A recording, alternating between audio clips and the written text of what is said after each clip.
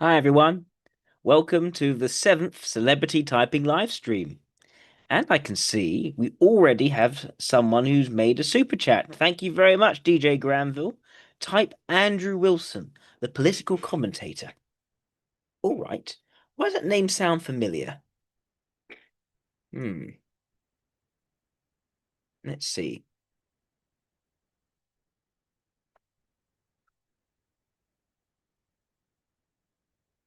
All right. Happy to have a look at him. Let's make sure we've got the right person, though. I'm just going to share my screen.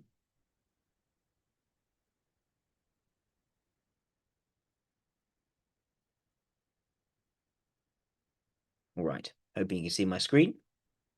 So, Andrew Wilson. And yes, for anyone else who's watching, and I think we got about 4 people watching so far, the idea is this. If you want me to do a typing, you have to do a super chat of a minimum of $20. I will then look at them. I will then do an analysis of them. It has to be someone for whom there's enough information publicly on. So it can't be someone you happen to know, but no one else knows. It has to be a public figure. Can be anyone alive or dead. They just have to be a public figure, and you just have to do a super chat where you mention the person's name in that super chat, and the super chat amount needs to be at least $20. Okay, so let's start with Andrew Wilson. And just so you know, if there's a reason why you might want to donate more than $20, is if you want to be prioritized. Because when it comes to selecting a new person, if I have multiple people to choose, I'll go with the highest amount. All right. So Andrew Wilson. There's no prominent political commentator called Andrew Wilson. Hmm. Is this Andrew Wilson, the presenter? Former Sky News presenter? Is that who you mean? Or do you mean a different Andrew Wilson? Just trying to find the right one. Is Andrew Wilson the presenter? Andrew Wilson the economist, a former SNP member of Scottish Parliament, or Andrew Wilson the pastor? Hang on a second. Andrew Wilson the pastor. Have I looked at this person before? I'm not sure which one. He's on YouTube. Okay, I will show on YouTube called The Crucible. He's a conservative commentator. Well, let's look on YouTube then. Thank you, DJ Granville. Let's have a look.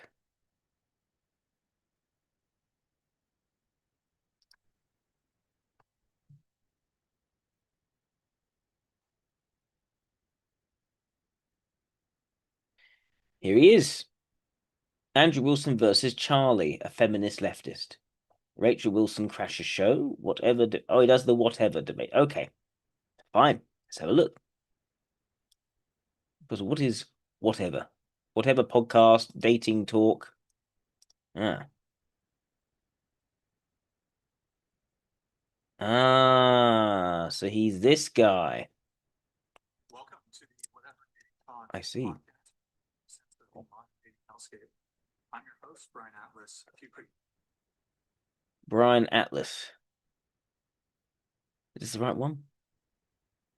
Might not be the same person. I'm going to look at one where it's specifically him. Here we go. Like the most common Hmm. pregnancies is to stop each other. Do we want a sexless nation? It's not a sexless nation. There's still plenty of people who are married and and having children at the right times. But I kind of do think. But wait. Yes, actually, yes. Do I want a nation in which promiscuous is gone? Yeah, kind of. Like, can you tell me what's great about it? Tons of STIs everywhere. The fact of the matter is that you have women who have been, by 20 or 30 men, and men who have 20 or 30 women. Yeah, that doesn't seem like it's very good for the moral fabric of your society or for your society at all. And so it's like if we can get rid of the thing you want, which is the unwanted pregnancy, and it seems like the unwanted pregnancies decrease when you get rid of abortion anyway. It sounds like it's like a big winner here. So we have like an entire incel movement that I think has been labeled a domestic terrorist threat. By In liberals, it has. I wish that we could label feminist as a domestic terrorist organization. Would you deny that there have not An been aggressive way of speaking, I Do you guess. deny that trans ideology has motivated MASH? Do we label them as being domestic terrorists? No, I think No. no. We don't. No, we don't. But that's different. That's like an identity rather than a problem to be solved. Wait, what? No, it's a problem to be solved, or else they wouldn't become trans to begin with. They have a problem and they're trying to solve it. It's not just a matter of identity, Well, it's a yeah, matter of with problem solution. But the most common way in which we could probably reduce the number of unwanted pregnancies is to stop fucking each other. Do we want a Okay. sexless nation? I've seen It's not a sexless nation. it once. Let's see if there's anything else.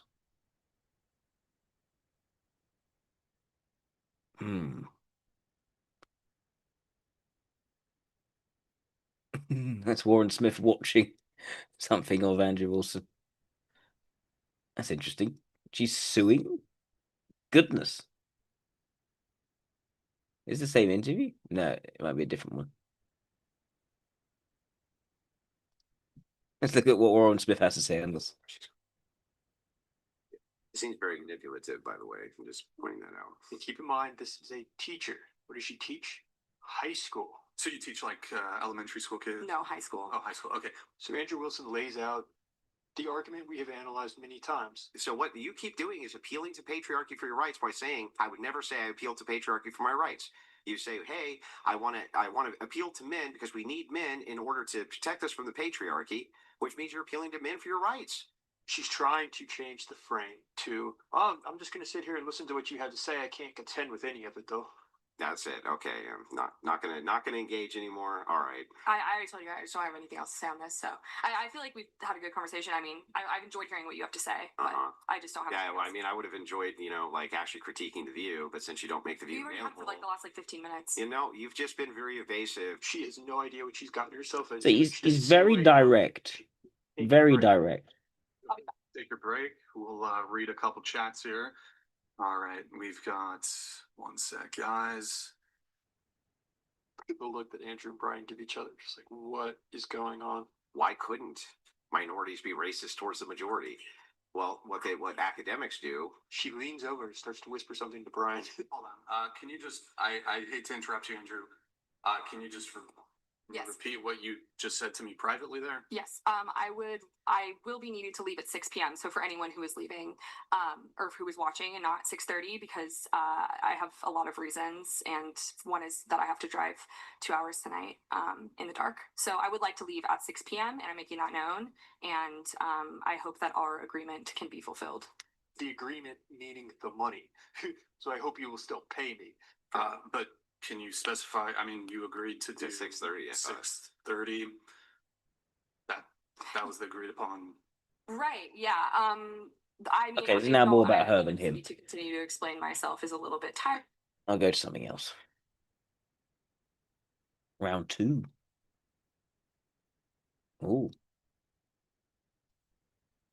Did your wife had a no-fault divorce? I'm not going to get into my personal life with you, Chuck. All right, but if you're saying that Christian nationalists, they're pro show cause, but against at-fault divorce, then it's the same. Okay, Chuck. Well, what happened is her ex-husband went in the room and beat her half to death Yeah, and that's ripped. horrible. Shut up, Chuck. That's horrible. Shut up, Chuck. But you want me to relive it, and you want me to tell you about it, so I will. All right. And ripped out half of her tongue. Ripped it out of her head. And so the thing is funny, Chuck. Thanks, by the way, for reminding me of that. Yeah, you're welcome. Which Christian nationalist would say that divorce under those circumstances was not appropriate? Who's the dude that was berating his pregnant? You tell me, Chuck. Is it Steven Crowder?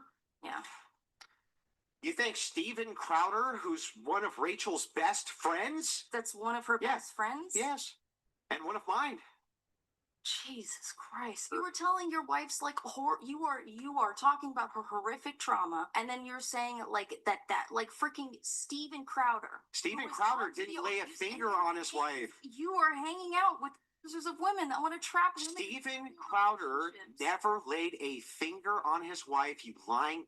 As far as we can know. No, as far as she claimed publicly, you fucking idiot, you don't even know anything about the case. Can you tell me that Hillary Crowder has said that Steven Crowder ever touched her? this person's very comfortable in direct and potentially quite personal wife confrontation.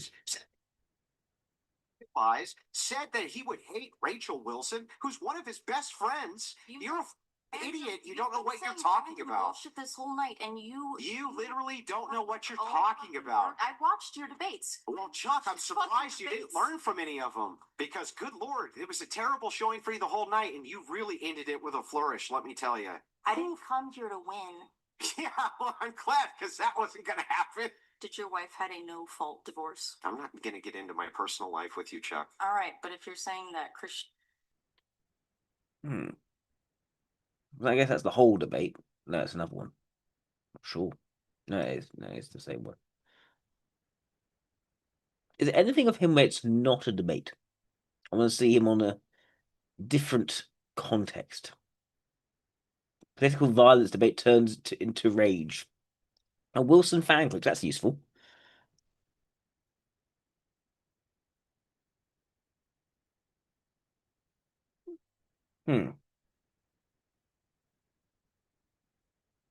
Now, this one isn't a debate. So let's see what happens here. They dismissed the claims that Swedish climate activist Greta Thunberg and other detainees from the Hamas Samud flotilla were mistreated, calling the allegations brazen lies. A statement, the ministry said all detainees' legal rights were fully upheld while in custody, and that Thunberg and others had not filed any credible complaints about their treatment. What did Thunberg say about her treatment, though? Now I got to see.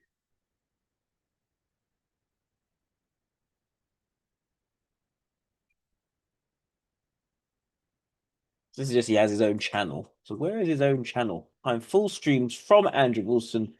Visit the Crucible. Excellent. By calling it the Crucible, is that it's either a religious allusion or it's the idea that he enjoys being in a place of extreme heat and chemical, almost violent eruptions? I wonder if it's either or both. So let me go to the Crucible, as you've actually recommended, DJ Granville.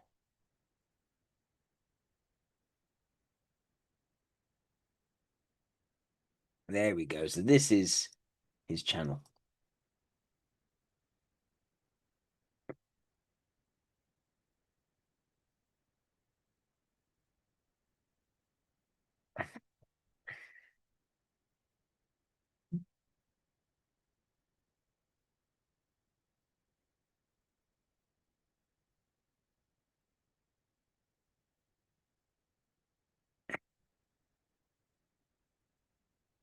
There's every single one of these has an aspect of conflict to it. Let's look at this one. Clean food, clean water.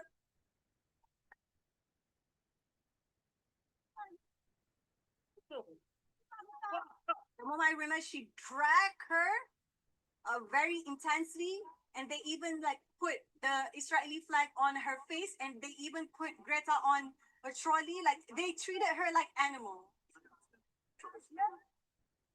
I fucking love Israel now. Fucking love Israel now. They throw all of our medication, the essential, and up until today, they wanted. One is here yet. And they were just, it was awful, but they were trying to use her.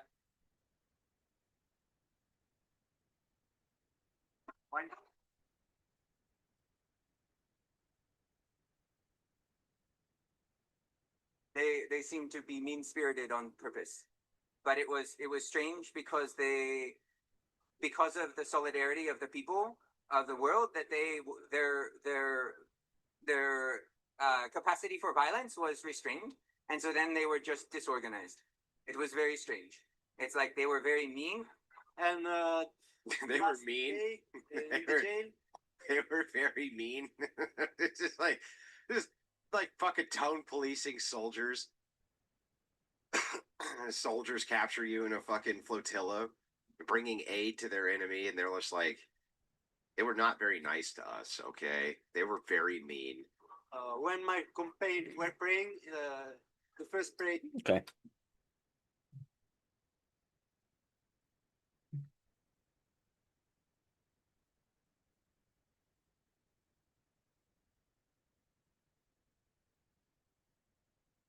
Always like, look at some of his oldest videos.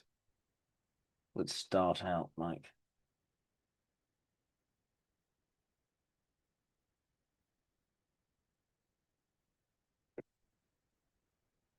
What's this one? So this comes in from, of all people, AP, apostate prophet, the guy debated on Zionism. It's actually quite funny. They're going over I bet apostate prophet. and a big scandal that he had. Okay, big Didn't we get scandal to that talk to him Muhammad properly, but Hijab is embroiled in, and also which one? the fact that he recently lost a lawsuit against one Douglas Murray. Anyway, go ahead and pull it up, Mystery. Let's watch. Oh, alhamdulillah. But anyway, David, have you heard of Muhammad Hijab? No, who's he? Some jerk. Some dummy. Just wanted to pull this up here because here's a very handsome image of Douglas Murray. That is a good picture. Hey, remember Murray went head to head with Dave Smith on a now famous debate on Joe Rogan. And now Muhammad Hijab is mixed up with Murray as well. Come on, Doug. That picture's a little too perfect. Picture, your hair is too perfect. Everything is too perfect about that picture. I wasn't. Look like a regular person. I wasn't going It's all everything is contentious, everything is conflict driven, and very much about, okay, this is what these leftists are doing.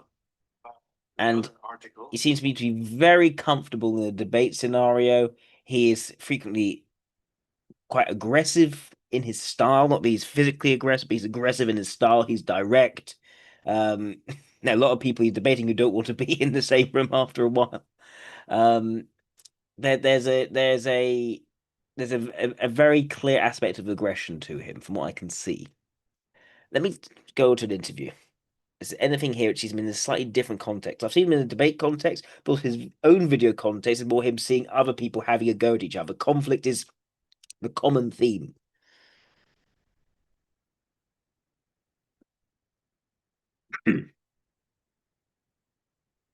Ah, here we go. A debate. Sorry, an interview. Excellent. 2 hours. We're not going to watch the whole 2 hours, folks.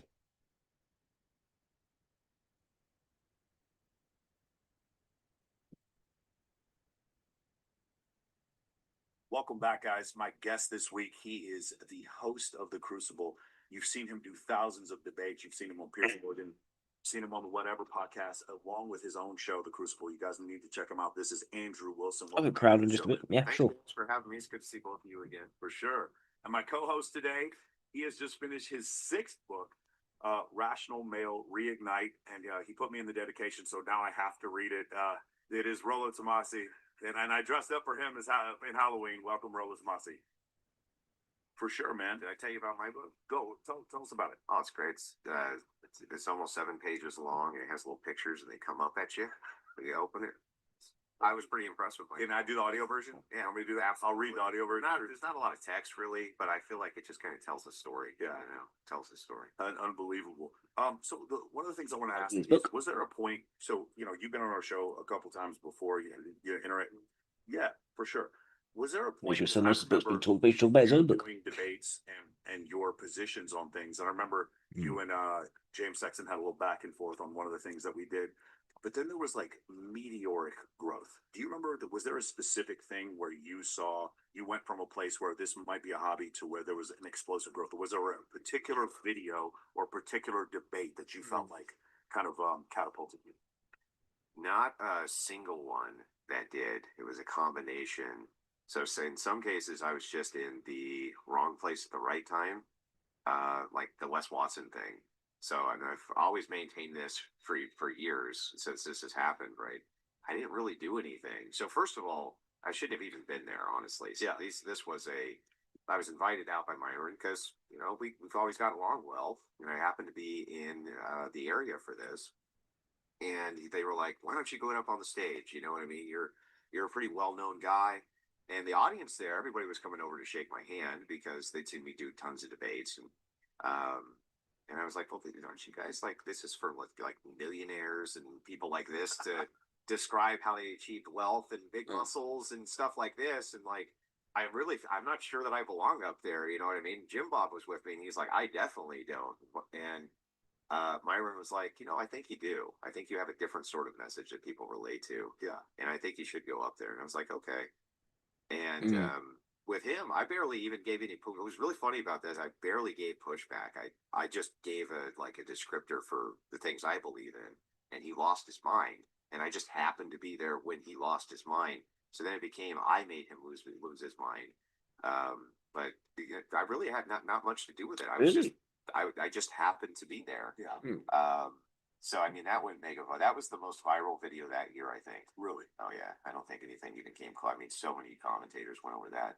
I'm not sure that was the thing though, because before that we had Matt Dillahunty, various debates where I beat Destiny, various debates where I mean there's been like a lot of forward motions. It's not any one thing, I don't think. And then the continuous viral appearances on whatever, engaging with social icons and kind of drubbing their worldview into the ground. That's been super helpful too. So I'm not really sure. Drubbing their worldview into the ground. I think the key to my success is He's clearly good at debates. more than anything else. He's very the confident Crucible's in that audience. environment. So the audience I have is not. It's And not just merely. He a matter likes of, pounding, They're devoted to the message. hounding his opponent into the dust. He's These guys ruthless. are working, just like I used to. Work 60 hours a week.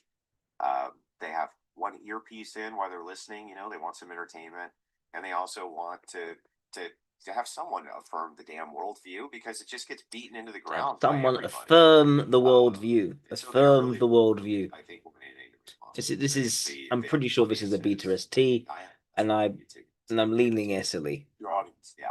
Nobody's even close. You mentioned one of your favorite was Devo the. Oh yeah. Devo, yeah. So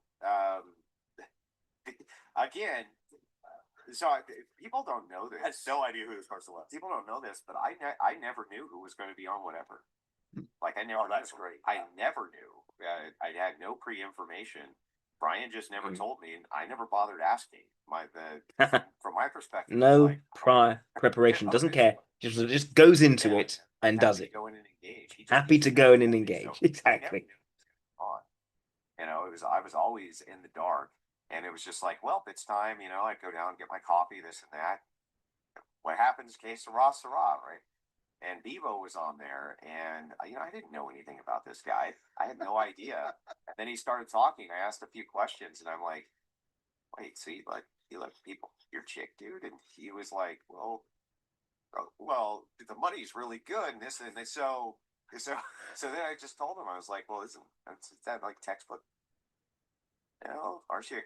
And then he lost his mind, as though that had never occurred to him, that if you let dudes bang your chick, that's textbook, right? So, anyway, yeah, that's mega viral, and his cope after went mega viral too, where he was like, "No, the whole thing was a setup," and then Brian was like, "No, it wasn't a setup. He came in and he wanted to be on the show, and he was, and." He insisted on coming on. So I don't know how you set a person up if they're insisting on coming on. So, yeah, that was that when I heard you describing that. Right. Let's look at Crowder. The other thing I wanted to ask you about is before you got into this, you were fixing robots. Yeah. So wait. What was the transition between the fixing robot? First of all, how did you get into that, and then what was the transition into? Okay, so I was technical an field. industrial maintenance mechanic. Yeah. Mhm. And basically there was a shortage of people to work on a few of the robots. It was in some of these food factories, and so they took me and trained me, and that's how I got into it.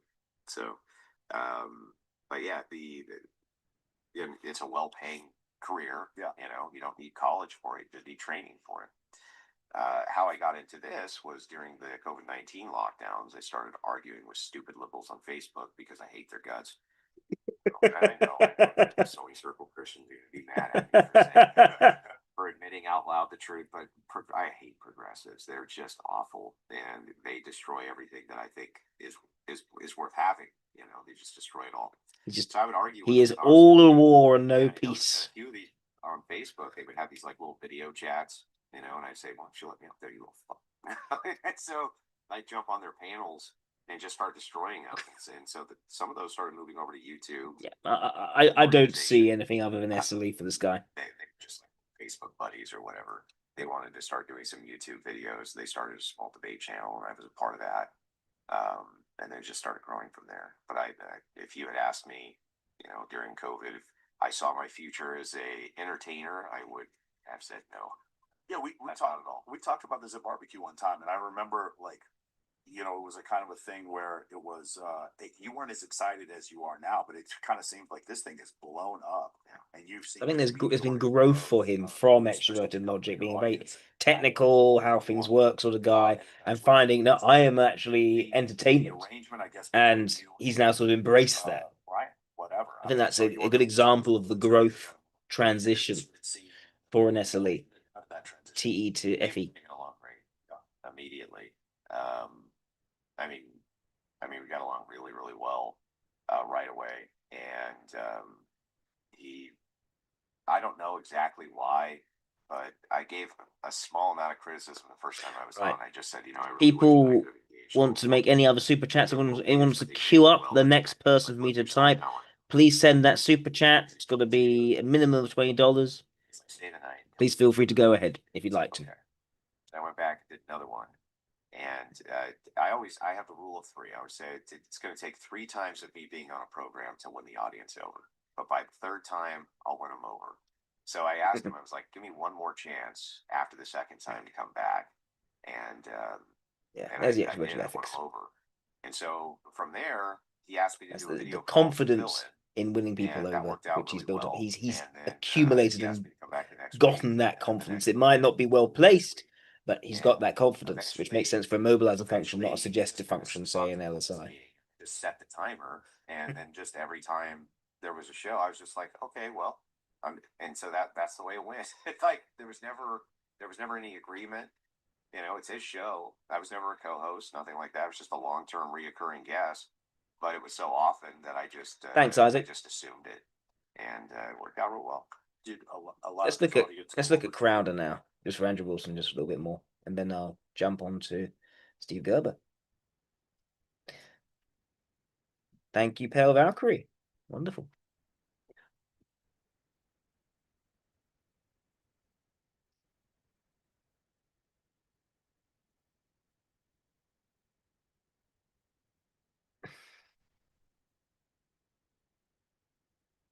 So is this the interview Steven Crowder? Let's see.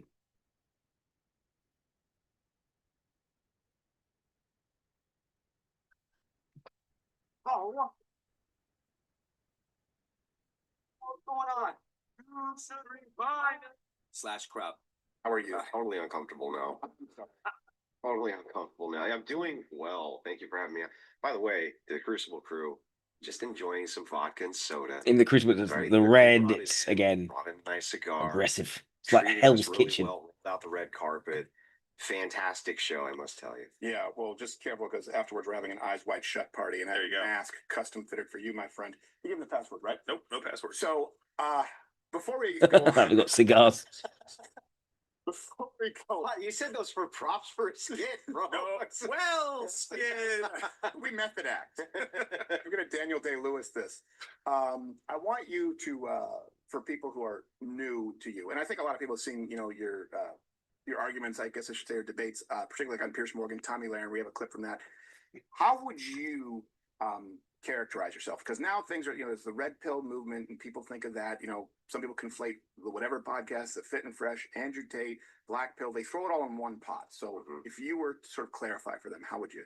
Yeah, well, I can untangle a bunch of that. So my view, I'm a Christian ethicist, and I focused on politics and specifically politics. I do get in the realm of apologetics occasionally, but you could say that I'm far right, moderately dissident right, something in there. I don't associate myself as being red pill or even part of the manosphere, though I do a lot of debates inside of the manosphere and get along really well with those guys because I've tried to understand their positions and they have some really good ones. But to untangle what these views are, the Christian right's constantly tangling with the manosphere because they purposely refuse to listen to anything they have to say. Yes. And twist it And terms of Detroit, ideology, the worldview, red pill is in as our Willis introverted logic. calls it, praxeology. I wouldn't call it a praxeology, but what I would say is it's a data packet. So think of everything that is red pill related just being in a file and handed to somebody. It's a series of descriptors, not prescriptors, right? It's no prescriptions, just describing reality. What you do with it from there is up to you. Right. And so what's happened is pickup artists have picked up this file and now it's going to help them teach men how to get pussy, right? Yes. Or another guy picks up this file, right? And he says, Good blending of extroverted and introverted logic in this description already. And they're like, wait, He understands both sorts of information, really missing works with them quite fluidly. that could really be helpful for men's rights and to advocate for men's rights that a lot of people don't really know about. And so they go that angle. Right. And so it's the red pill itself is not actually an ideology. Sure. It's an idea of descriptors. And then there's ideologues, which we use the descriptors to back up whatever their ideology is. Right. And we had actually. All right. I have every confidence he's Nestle. I have no doubt in my mind at this moment in time. So thank you, DJ Granville. Let's move on to Steve Gerber. Thank you, Isaac. Steve Gerber.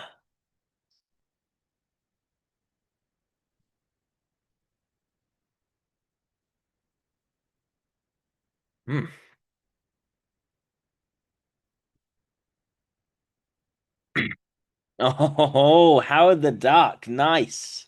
Good choice. Right. Man Thing, Omega the Unknown, Marvel Spotlight, The Defenders, Guardians of the Galaxy. So it's interesting. None of the big, well-known ones. It's all the sort of odd ones on the edges he seems to have done. Man Thing. Exactly. It's Omega the Unknown. Yeah, no, not a well-known one. Son of Satan. Goodness. Born Jewish family. It's Gerber. As a copywriter. Like short stories. Comics. So editor writer at Marvel Comics. From saying, in essence, help, I'm going crazy in this advertising job. So I thought, gee, he'd be a nice, good person to get up here. So if he wants to make a change, give it a try. He's going to be assistant editor and staff. Work out so well because for whatever reason, he had trouble staying awake. At the time, he wasn't a staff kind of person, at least in terms of what Marvel needed. But he was a real good writer. Did some interesting things. Why did he have trouble? Why did he have trouble staying awake? Goodness. Signature series, Man Thing about an empathic swamp monster. It's really sort of left of field his character ideas. But had that as a secondary character in a Man Thing story and eventually to fit. Why bring in Howard the Duck to Man? It's wild.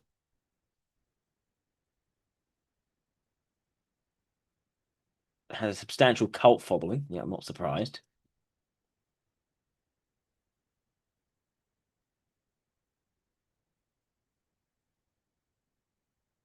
It's fired from first the newspaper strip and then the comic book series reported for failure to meet deadlines. Learning Marvel's efforts to license Howard for use in film and broadcast media, he filed a copyright infringement lawsuit against Marvel corporate parent Cadence Industries and other parties that he was the sole owner of the character. Team Jack could destroy a duck. A satirical comic created to raise funds for his court case against Marvel.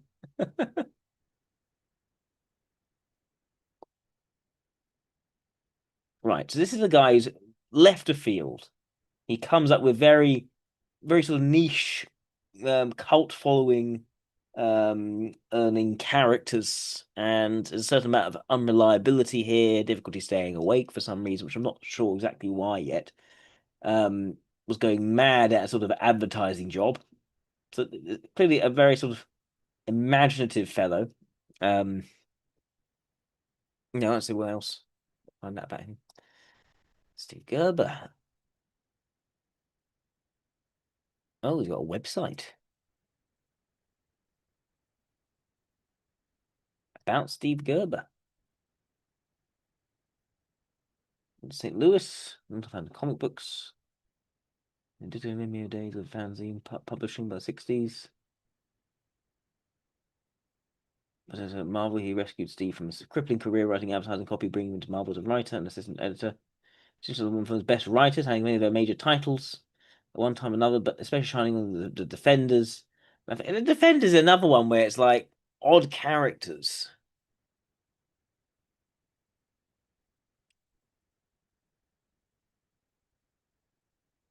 That's the mini-series. That's not exactly right. Yeah. The Defenders, not the god. It's not the Avengers. It's the Defenders. They are Silver Surfer, Hulk, Namor. Yeah. But like Valkyrie, Nighthawk, Hellcat, Gargoyle, Son of Satan is another one. Goodness. So a hero with demonic powers. Right.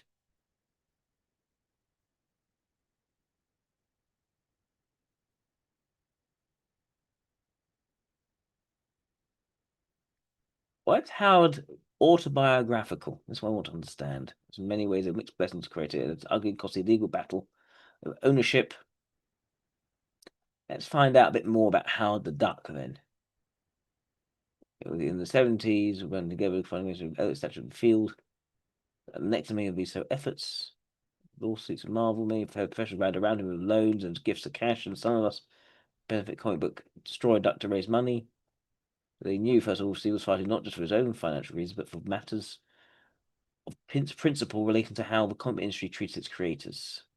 He died the evening of 2008 at the hospital in Las Vegas after a long, painful illness. Yeah, so before he was in that hospital there, kind of a lung transplant. Goodness.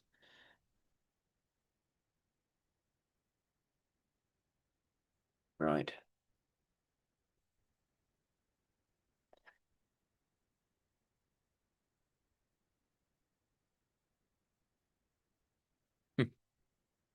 I mean, who comes up with this? It's brilliant. It is brilliant.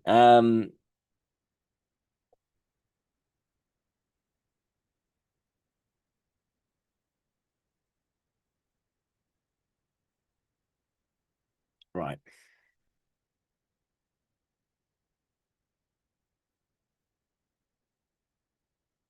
He has no superhuman powers, but skilled in the martial art known as Quack Fu. After defeat, or at least to hold his own against far larger opponents.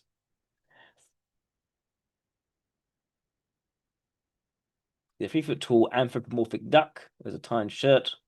Was always found smoking a cigar.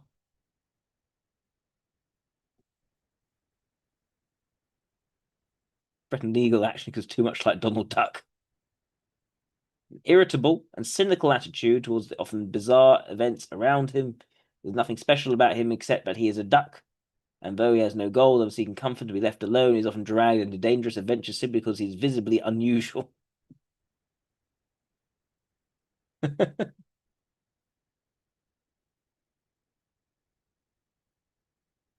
He at times referenced Hegel, Camus. Again, it goes clearly an intellectual person. The Bronte sisters, I think, of philosophical and political significance. Parody of Shang-Chi with news quite fu. Brilliant.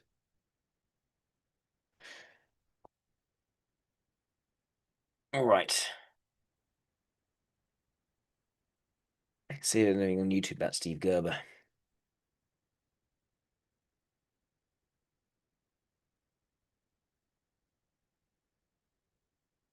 Okay, how did he change Marvel Comics?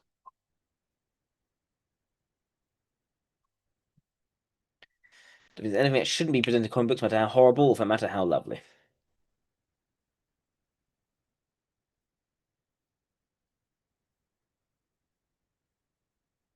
The professional comic book career of Steve Gerber spanned from 1972 until his untimely death in 2008. His most famous creation was the character Howard the Duck, and his most notorious failed achievement was the lawsuit he filed to obtain ownership of that character. For a considerable period afterwards, he seemed It to does be look a lot persona like non Donald grata Duck. in the comic book industry. His reputation as being an iconoclastic and sometimes difficult creator who is regularly late with scripts became the narrative that followed him for the remainder of his career. It was not unearned, but it also wasn't entirely accurate. While not immediately obvious, the work he did at Marvel Comics during the 70s was rather influential, and it wasn't limited to his most notable success, Howard the Duck. He did a lot of work that challenged superhero stereotypes and what was acceptable in a mainstream publication. Tragically, Gerber never received the recognition he deserved in his lifetime. So let's correct that error and examine this period of his career. It's like, who in the realm of superhero comics creates Howard the Duck with no superhuman powers?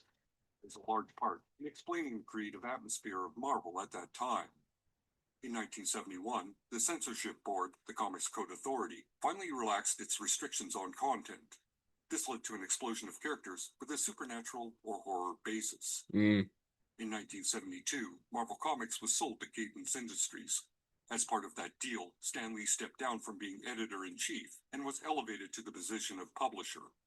Lee then appointed Roy Thomas as his replacement. Thomas would be editor-in-chief for 2 years before deciding the position wasn't as rewarding as being a writer, so he stepped down. From roughly 1974 until 1978, this position had a revolving door of people. Without a consistent creative leader to direct the company, it ran wild during the mid-70s.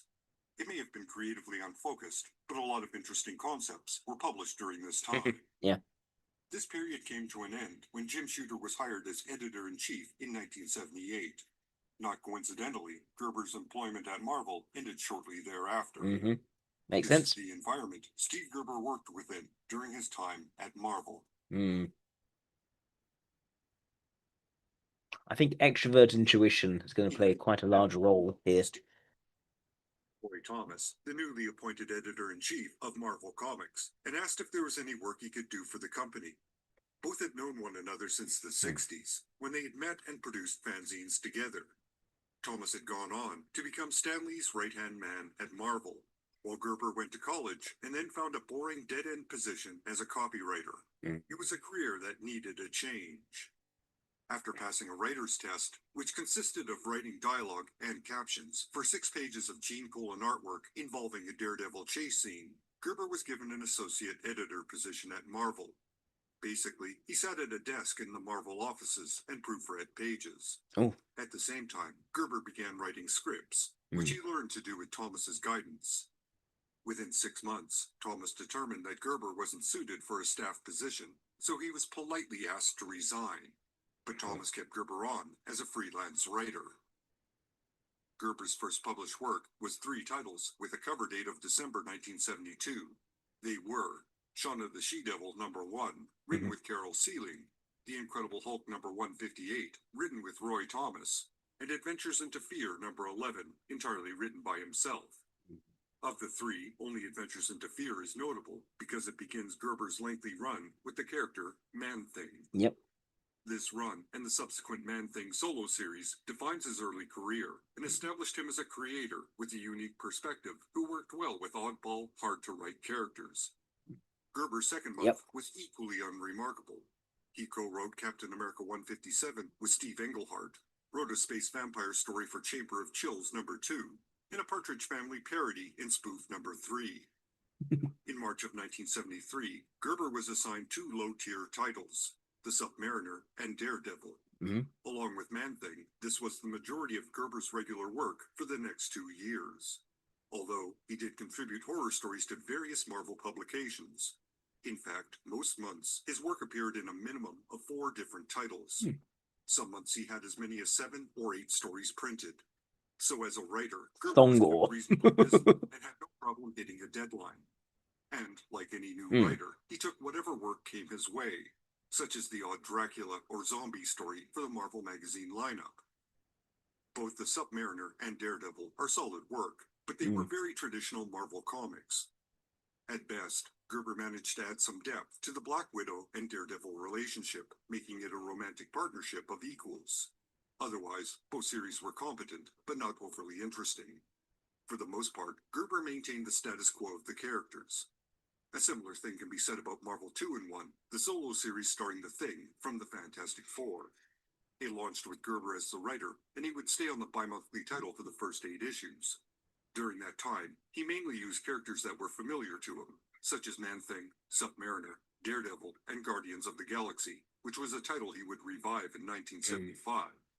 Also, you got While it was Rocket also Raccoon. material with some interesting Fits in with Howard the Duck. challenged the status quo of the characters that appeared. However, with Man-Thing, Gerber had a relatively clean slate to work with. The character had made very few appearances before starring in Adventure into Fear, and the writers prior to Gerber treated him like a basic muck-encrusted monstrosity. There was not a lot of character development, and it had literally and artistically wandered aimlessly. Gerber would shape Man-Thing into an empathic creature, one who was motivated by instinct more than anything. It had the most rudimentary ability to make a decision based on the emotional quality in the air. Speaking of which, Gerber was the one who added the infamous tagline, "For whatever knows fear, burns at the Man-Thing's touch." Gerber also created a premise or framework to explain why so much happened in this specific swamp. The area Man-Thing lived in happened to be the location of the nexus of all realities. It's a soft spot where the millions of realities in the universe converge. In turn, this convergence creates a hole in reality itself, one that can be used as a bridge to other realms. Naturally, some forces attempt to use the nexus for their own evil purposes. But Man-Thing was there as a silent, unthinking guardian to prevent evil plots from advancing. This well-received run would be given a solo series in 1974. The Man-Thing series is notable for containing the Here's the first... thing. Not only does he write unusual characters, he takes characters which you wouldn't expect to have much depth to them, and he creates depth. He takes a new and interesting take on them, which reveals hidden qualities. So he's very much against the superficiality. I'm leaning towards thinking he's some sort of any lead. I'm not sure whether ILE or IEE. I'm actually leaning a bit more IEE at this moment in time. First appearance of Howard the Duck, he was promptly killed off due to an editorial demand. The psychologically questionable Fool Killer and the Superman parody character Wondar. In the final issue of the series, Steve Gerber himself appears in order to team up with Man-Thing and save the universe. Gerber stated the reason he chose to write himself into the series was because he felt a personal connection to the readers, and he wanted to give them a special goodbye when he left the series. It may seem self-indulgent, but it was an interesting choice that ultimately worked. There were 2 other well-known horror characters that Gerber wrote during this time, Son of Satan and Morbius. Interesting choice. Both were short but interesting runs. While Gerber merely took Morbius on an oddball adventure through weird dimensions, with Son of Satan, he refined the character and made him far more unique. Originally, Damon Hellstrom had 2 souls, one that was light, which was the human part of his heritage, and one that was dark, which came from his father's demonic background. At night, the dark part of his soul would take over, and he would transform into the Son of Satan.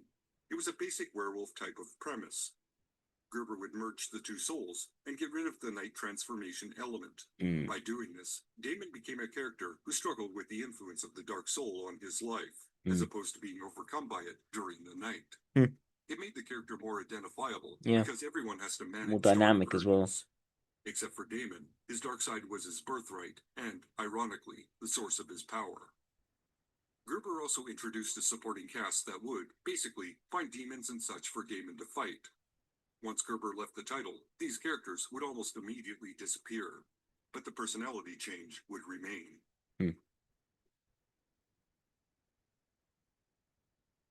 1975 was a significant year in Gerber's Marvel career. First and foremost, Gerber met and became friends with Mary Screenes. Screenes had been in the comic industry since roughly... I'm trying to go to this interview, see if there's anything else here. Might go back to this documentary just a bit.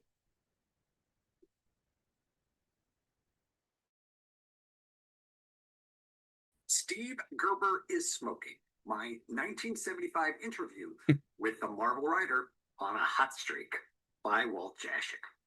In 1975, as a 20-year-old college student and super comic book fan, I had the exciting opportunity to interview Steve Man-Thing Gerber, the Marvel Comics writer then rapidly gaining fans and traction for his groundbreaking concepts, characters, and stories. This resulting article first appeared on July 1st, 1975, in the UMSL Current, the student-run newspaper I'm leaning of the IE at the University moment. of Missouri, St. Louis, which Steve Gerber attended in the early 1970s, and where I was attending and working as a student journalist and as one of the paper's editors. Although the original story and pics were reprinted in the popular fanzine Comics Buyer's Guide, this article has been little seen or heard until recently. Here it is. A man on the run groans because a female companion admits she is only 16.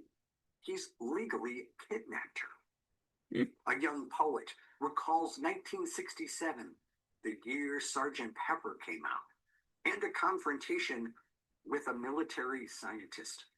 A ghetto catches fire at the hands of racist militants. A southern bigot sheriff pursues his quarry, a black man, through a swamp. These scenes are from neither novels nor screenplays, but from comic books. The author is Steve Gerber, who was born and raised in St. Louis and worked here until he left for a faraway land called New York and the comic book business. A few years ago, Gerber was at UMSL, picking up credit hours. A few days ago, he was in New York, picking up the comic book industry's equivalent of the Oscar Award for being Best Dramatic Writer in the field.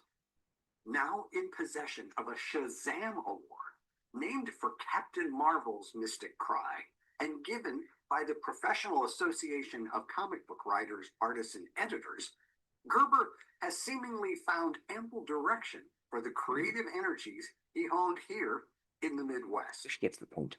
The award is no small honor, nor slightly deserved. The 28-year-old writer has produced some of the most sophisticated and powerful Preamble. Come on. in recent years. For a man who frequents galaxies, which he sipping coffee, the bright-eyed Gerber was like an eloquent comic book character, a vivid combination of funny and some. Quote, there are those who say that comic books are candy, and I can't disagree with that entirely, Gerber said. This is no substitute for reading good books, you know. That's not to say that they can't be more than candy. That's not to say that there can't be good books that also happen to be comic books. But I don't see just stopping and saying, well, because this is a comic book, it can't be anything else. Well, that's very It is a struggle extroverted to do intuition, isn't it? something responsible in a media, often justifiably attached for shallowness and banality, Gerber says. His impish grin then appears. Thank you, Captain Thunder. Oh, the letters we get. There's an example I like to use. Suppose Geoffrey Chaucer got fan letters, right? Dear Jeff, really enjoyed Canterbury Tales. Far out, man. Would have liked it a lot more, though, if you hadn't put so many of your own opinions in it. Well, till next ish, I choose Chaucer, signed a dedicated fan. The own opinions he defends are abundant in Steve Gerber's stories, and it is this strong thematic undercurrent that strengthens Man-Thing, Son of Satan, The Defenders, and other comic book titles Gerber writes. In an industry populated with superhuman beings and fiery monsters, Gerber stages his stories with deep human characters in intensive, often profound interactions. The melodrama and supernatural elements are there too, of course, but those are the blood and bones of comic books' concerns and have been in the complex 4-decade history of America's most unique art form. High adventure and fantasy are common, perhaps not all unfortunately, to the hundreds of titles published. And the market is equally substantial.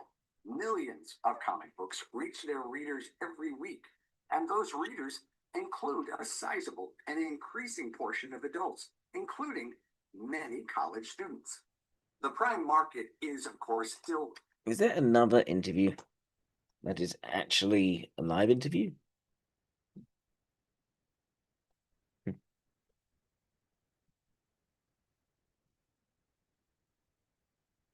Oh, here we go. Better.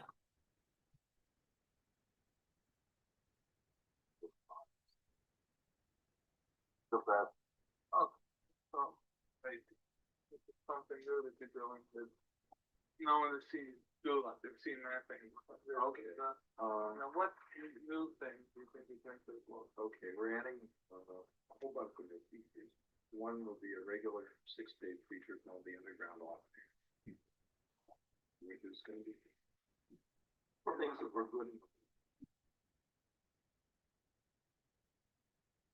What I'm going to try and do is just improve on.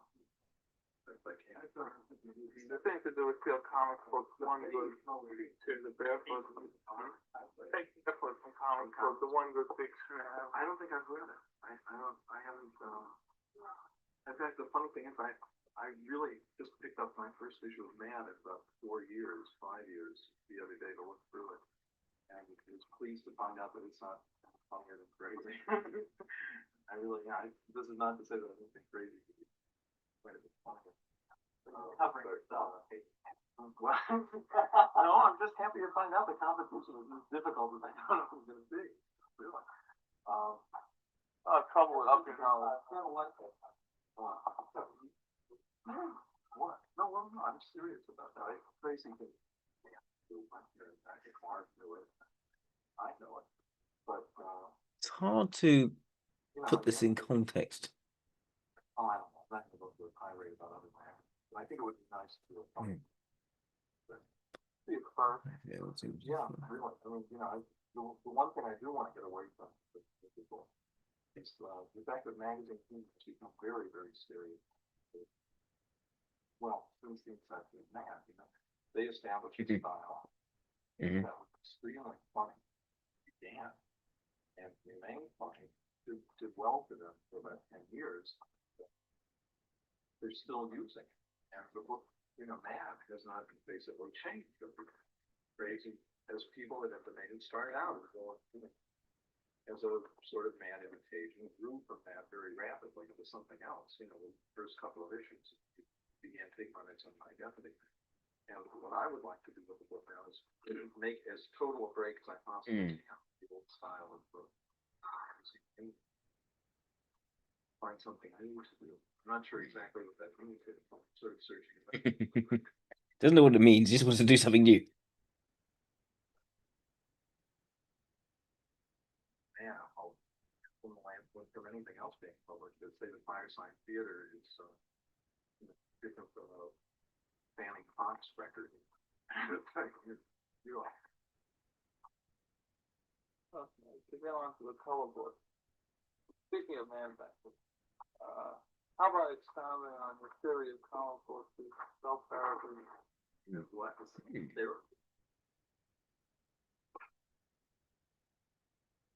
Some of the recent issues have been written about subjects that have bothered. Story about the Bat Kid. So it's or wasn't skin. Had a lot to do with my personal experience growing up. Edmund's family, all fictional. Almost everything else was true. All of the school things that came out of the stuff that I didn't die. That happened to another kid. That's true. That was based on actual incident. And There's almost a confessional autobiographical element to his writing. But getting outraged. The trouble is that when you let it become just therapy, it sometimes weakens the story a lot. I did not like Jim and basically tears everybody. It came out as pure revenge. Well, I think maybe it had some dramatic and visual things that made it good for the comic book. It's not a true ending, so to speak. Critical in public. of himself. True ending story probably should have been that absolutely nothing happened to Alice read the script to kids. Mm. They listened to it. They said, well, maybe we'll print it. We'll see. She went back to her locker, put it away. That's the end of the story. And nothing happened. There was an alternate end to the story. That's what I He did. didn't like the dramatic end because it didn't feel true and sincere to what actually happened to his experiences. He's reflective on that and what extent that bothers him or not.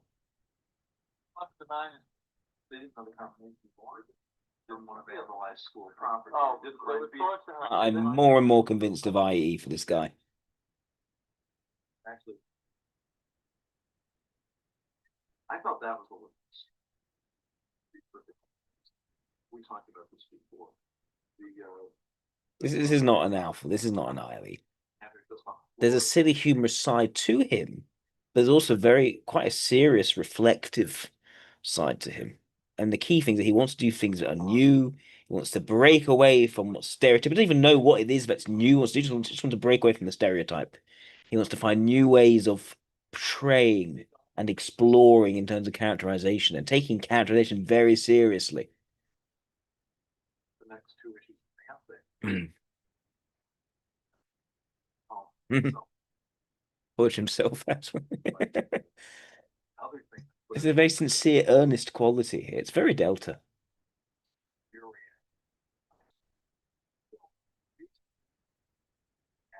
That's what happened with the book market. You know, subsequent events that you have to. So, you know, that's it, really. Those books were written about things I was concerned about, but I don't, you know, I think it becomes a problem. They really become therapy. Well, it sort of seems we're doing the kind of stories where Demi O'Neill went wrong with Green Lantern, and that he was saying this issue ain't going to be relevant, and the next issue, and it just seems as if you're not trying at it. What do you mean? But it's happening. Well, I'm going to do a story that's relevant. It's not really going to be a I comic. want to see why is Howard the Duck autobiographical? I'm interested in that as well.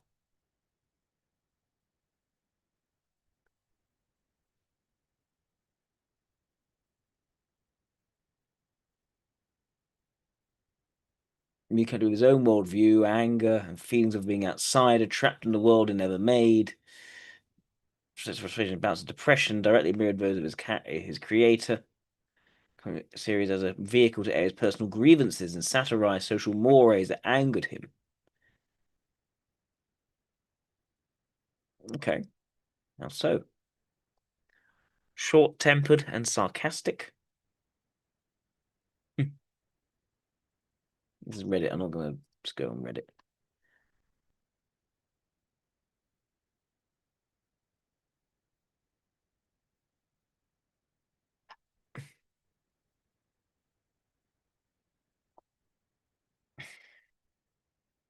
Trapped in the world and never made.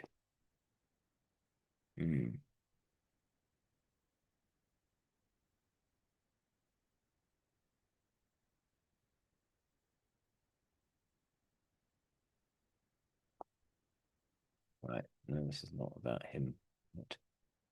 Yeah, there we go.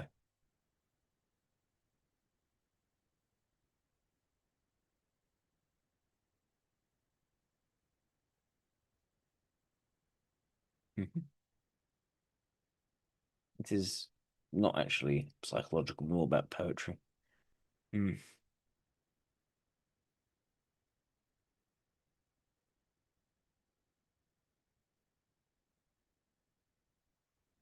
classic outsider, he had the right to question. Hang on. There we go. Adult society, but those who grew up, they take for granted lack of social graces to make those questions forceful. The outsider, much like Gerber himself in many ways. Marvel Comics, who's lengthy or half about his legal actions.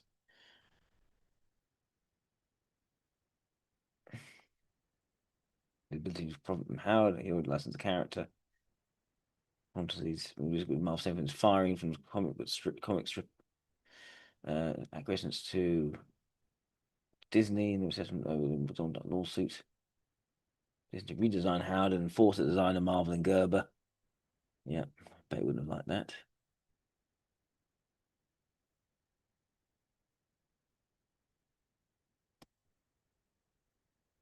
The key thing he did, he fought for a long time. I don't think he's an EII. I think he's someone who knows, where he has been wronged, is willing to actually put in a certain amount of responsive assertiveness in order to get that.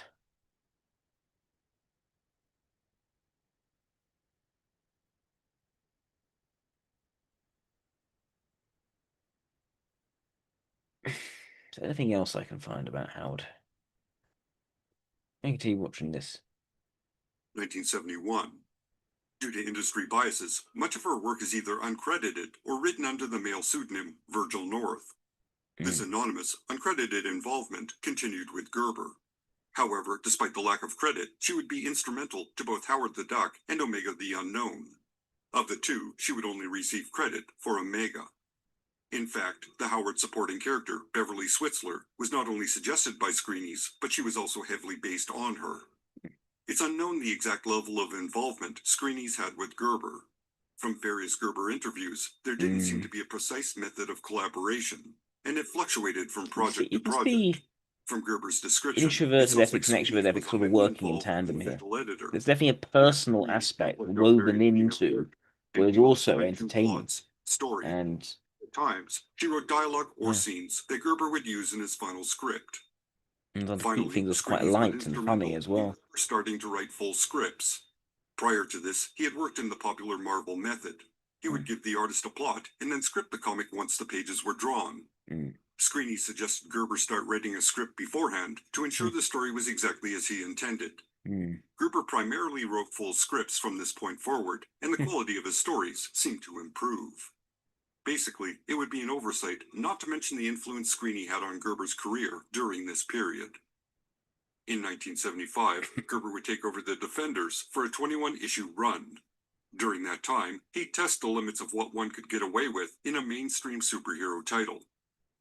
The Defenders had quickly evolved as a team during the first few years of its existence. This comic book was a very busy title in terms of the characters that would drop in and out. But what made this comic a little unique was that it featured lower-level, D-tier characters for guest appearances, like Luke Cage or Son of Satan. And I think this is the other key. It's the other key thing. He writes the perspectives of those less seen and less talked about. And that's it's very much the essence of what he does here. Why the Defenders is so interesting, rather than say the Avengers. He doesn't want to do the flagship stuff. He wants to broaden. He wants to work at the margins. Over the writing duties, the lineup included Doctor Strange, the Hulk, Valkyrie, and Nighthawk. So not the most popular characters in Marvel's stable, but they did have some name recognition. Still, it was an odd team book with a lot of quirkiness. Before taking over the series, Gerber had written the team in giant-sized Defenders number 3, and he featured them in a 2-part Marvel 2-in-1 appearance in issues number 6 and number 7. In fact, in Gerber's first issue, Defenders number 20, he picks up the story right after the Defenders appeared in Marvel 2-in-1. Valkyrie is dealing with the emotional fallout of her father's death and the uncertainty surrounding her own existence. Her existential angst leads her to wander the mean streets of New York, where she is exposed to what life is like for the people that have the unfortunate displeasure of calling the slum their neighborhood. It was rather challenging material for a 1975 mainstream comic. But the series would get even weirder, most notably in the ongoing absurd drama known as Nighthawk's Brain. This is an oddball mind swap story with an orphaned deer, fish-faced aliens, an alien guru, and Nighthawk's brain being carried around in a bowl by Valkyrie's husband. It is legendary for its high weirdness, and it is, quite possibly, one of the best storylines Marvel published during the 1970s. It also introduced the random, repeating character, Elf with a Gun. Elf made 4 appearances in The Defenders. Those appearances followed exactly the same Elf with a gun? In a 1-page interlude, we'd meet a person or a couple of people. These people are startled to find themselves face to face with an elf pointing a gun at them. And then that elf would shoot these people dead. Why? It's a bizarre and random subplot that doesn't go anywhere. Yeah. Additionally, the Defenders have absolutely no knowledge of this murderous elf in their story. It's just unrelated nonsense that's never resolved by Gerber. It was, in the end, Gerber's commentary on the random, senseless nature of life itself. Yeah. That's what Elf with the Gun represented. Finally, in 1975, Yeah. Gerber would pitch The two logical ideas to publisher interconnectivity Stan is Lee. not really there, but Omega it is still meaning something. He's not doing it just to be random or silly, Until next time, but it is quirky. slash editor at Marvel. It meant he had no editorial oversight. He could basically do what he liked with the titles he wrote. Of course, he had to stay within the limitations of the Comics Code, but he only answered to the editor-in-chief, which had become a revolving door of people at this point, or the publisher, Stan Lee. The 10-issue run of Omega the Unknown has become a cult classic. It was a unique series that never had a chance to breathe, and ultimately, it went unfinished by Gerber and his co-writer, Screenies. The story begins with a highly intelligent but socially inexperienced teenager named James Michael. This young man has been homeschooled by his parents all his life, but they eventually decide he needs to attend a public It's school very much about so he can finally people, meet character, accustomed to being around other people. complex While situations driving with James people. Michael to his first day at school, the car crashes, and James Michael discovers his parents are actually robots. He lapses into a coma and wakes up a month later in a New York hospital. His calm, detached acceptance at being an orphan is more than a little alarming to the hospital staff. Eventually, due to budgeting issues, James Michael is released into the custody of his nurse, Ruth, and her roommate, Amber.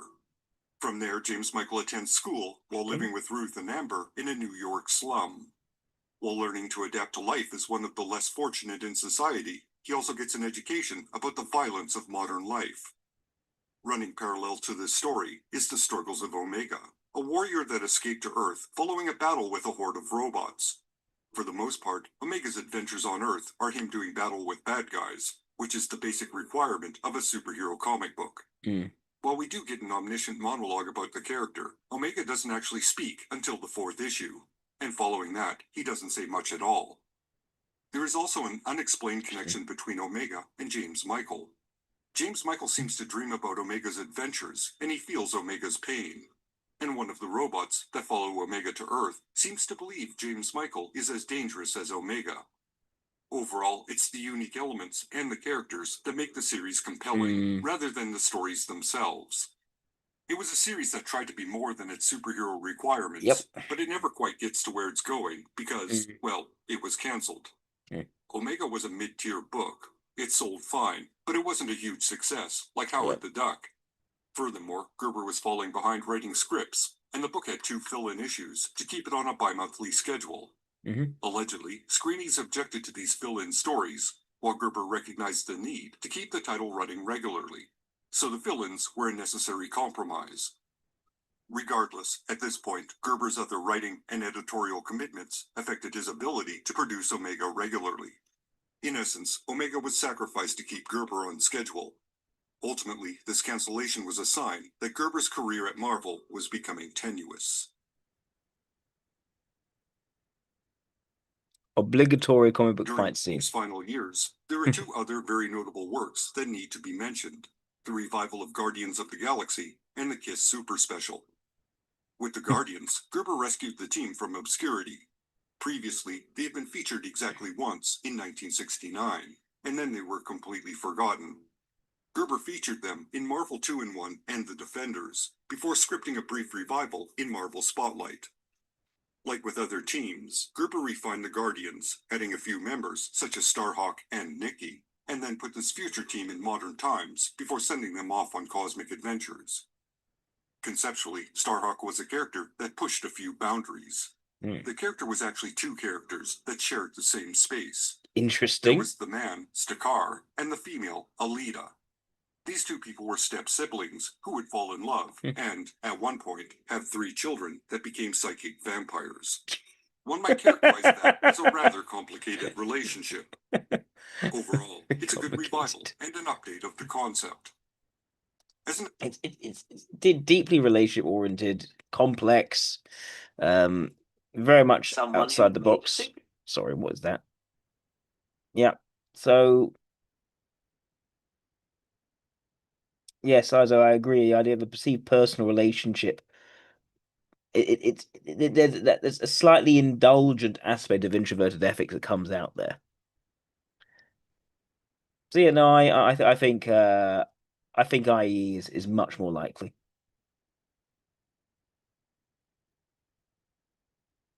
Yeah. All right. Let's move on now to Andy Serkis. Right.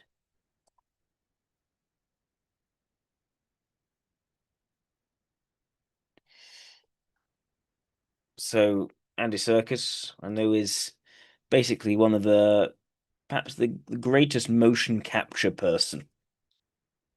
I think pretty much created the field with Lord of the Rings, Gollum, and he also became a probably filmmaker as well. But of his motion capture roles, comprising motion capture acting, like some of the best motion capture figures, King Kong, of course, Gollum Smeagol, um, Caesar from the Planet, what Rise of Planet of the Apes. It's all Circus.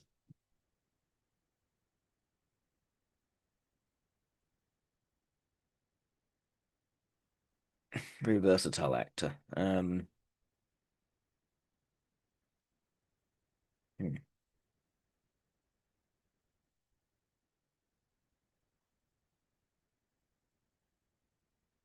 So what motivates him? So visual arts and theatre as part of his degree at Lancaster University. In 1985, and the County College, part of the student radio station. From student getting involved in designing and producing plays, having agreed to act in a couple of productions towards the end of his first year, played a lead role in Barry Keefe's play Gotcha as a rebellious teenager holding a teacher hostage. So he changed his major subject to acting, got his independent studies degree around acting and set design. Hmm.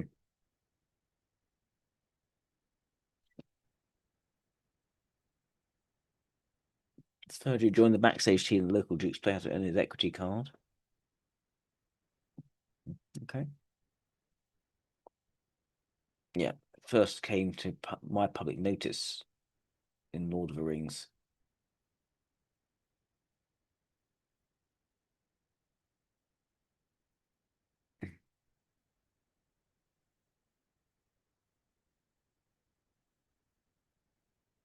He founded the Imaginarium, drawn from Cavendish. Production company connected to a performance capture studio. Yeah.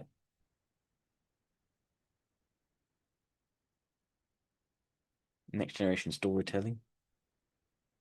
All about digital performance capture, which is really his distinct, unique thing. Oh, they're making Animal Farm. That's going to be fun. That's already done. Excellent. Love to see that. Hmm.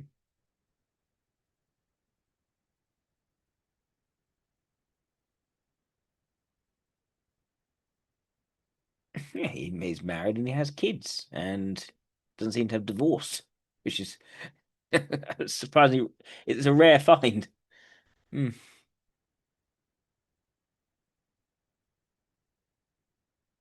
Hmm. He was raised Catholic, but he's atheist. But he still thinks the culture of Catholicism is important to him, his family. Hmm.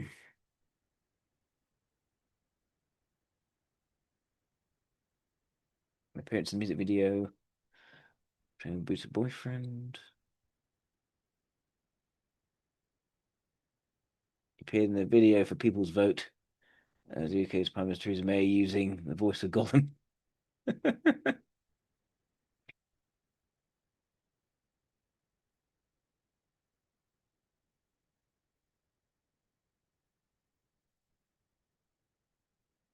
Comic series entitled Internus about Heracles, son of Zeus, trying to identify Zeus's killer. First issue of a series released in 2022. So Circus is a very interesting fellow. There's a lot of dynamism and energy to his acting as well. Let's see if an interview Circus. I do some quotes first. I do some quotes.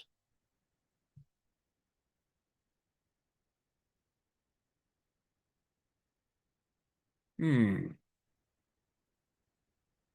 age has its storytelling form, and video game is a huge part of our culture. Ignore or embrace video games and view them the best artistic quality. People are enthralled with video games in the same way as other people love the cinema or theatre. Over the years, people have asked me, do you think there should be a separate category for acting in the digital realm, or a hybrid sort of awards for digital characters, and so on? I've always really maintained, but I don't believe so. I've been to transform because that, for me, is a liberation. Outsiders always had a sense of the outsider, the underdog, a strong sense of justice with people who are excluded. If you're in a motion capture studio, you have spherical reflective markers which are picked up by cameras that emit the infrared. It reflects it, and then the cameras pick up the data. The most empathetic characters are played. I think that's the key to successful leadership, being able to keep your ears open at all times. Do I imagine issues, not clinical? Probably no more than most people. If it was a great script and great character, I'd love to do romantic comedy. I mean, that's my instinct at the moment. Leaning more towards someone with extrovert intuition in either the leading or mobilizing position. And probably not LSE, I think. Probably ESE, ILE, or IE. I'm not so confident yet. I'm a bit evangelical, no, but performance capture is still misunderstood. I'm doing early acting and thinking, God, they don't paint behind the sets. A bit of a shame, really. Oh, what's the other side of this wall? You see the plywood. I was really disappointed. I just thought that these things were real from watching things as a kid. I was a painter. When I was growing up as a kid, I was one thing that really took a grip on me. Why? Is it the aesthetic? Is it the massive hobby of mine? Very passion of my life. I always wanted to climb the Matterhorn. I was a mountain that sort of inspired me to climb. Touches in the book covers being treated the same way. We faithfully represented with fresh. Okay. Has been writing, wanted to direct for a long time. The fact of the matter is that an actor, if I'm playing a performance capture role and you're playing a live action role, we're having a scene together, and difference in our acting processes. We look a bit more into what he's directed, how he's done that. Here we go. Second year director for the Hobbit film, his director debut with Breathe. Biographical drama film, directed by Serkis, his directorial debut. In Kenya, Robert Cavendish falls ill from polio not long after meeting his wife Diana. Pounds neck down, able to breathe out the assistance of a respirator. He is given only 3 months to live. He's repatriated to Britain. She's depressed. Diana's persistent, clear spirits improve, and Diana realizes she can provide for his daily care as they move Robin in the respirator home. Robin brightens considerably, has stress injections, hospital consultant, helped by some of the other doctors and nurses, brought home, meets his son. While he's playing with his dog knocks out the plug of the ventilator. He realizes he's unable to move or speak, so he makes clicking noise with his tongue as she finds him unresponsive and plugs the ventilator back in. Some push of a pram gives Robin the idea of a mobile chair with a built-in respirator.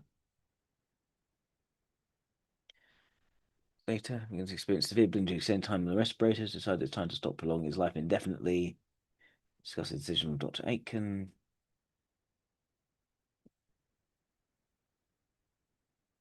Goes for a party. Sometime later, he to leave and return to the house at precise times. His 30s. Watch him driving away and return to the house. Finland says love of both of them and dies and transform the lives of many others like him.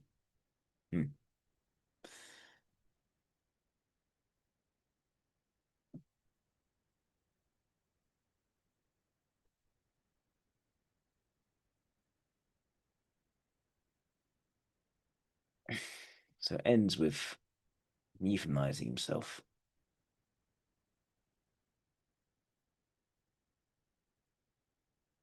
But in the time before then, it's in becoming more involved and appreciative of life. The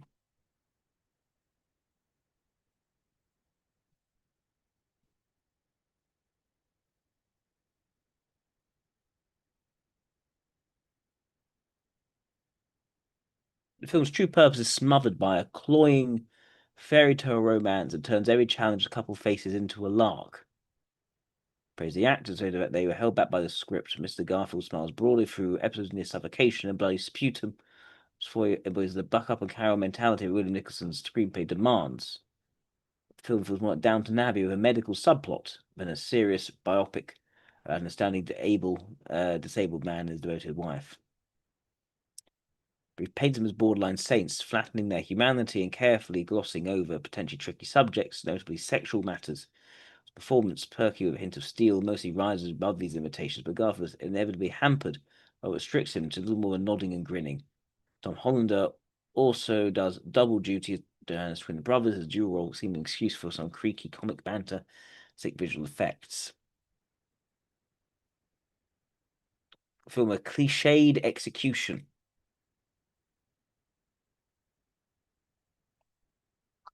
Leads me more towards ESE.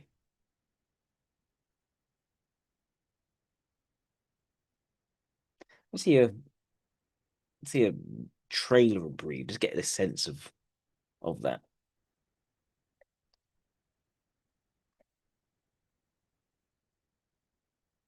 Hmm.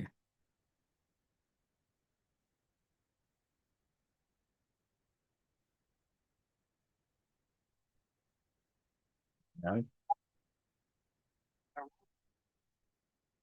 Mm.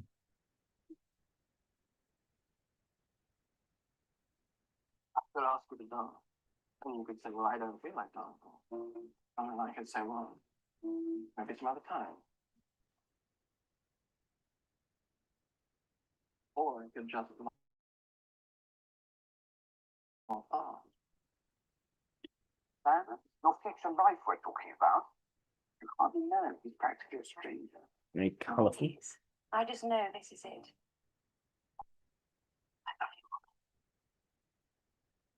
Mm.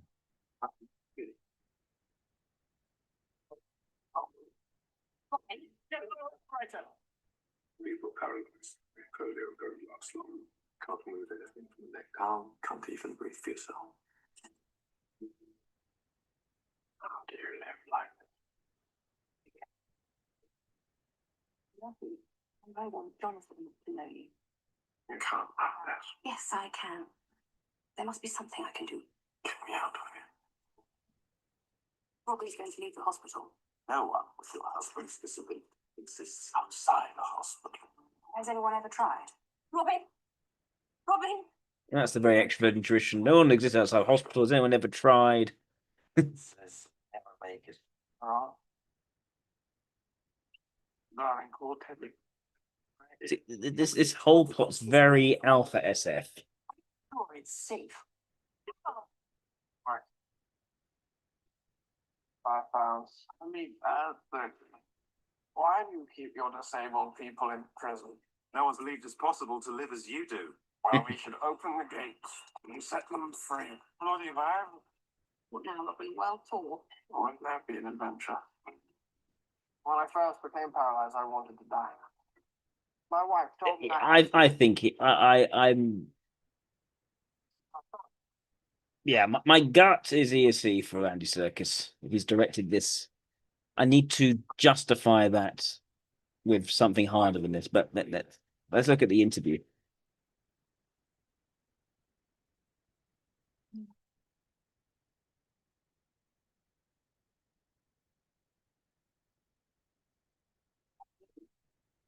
no.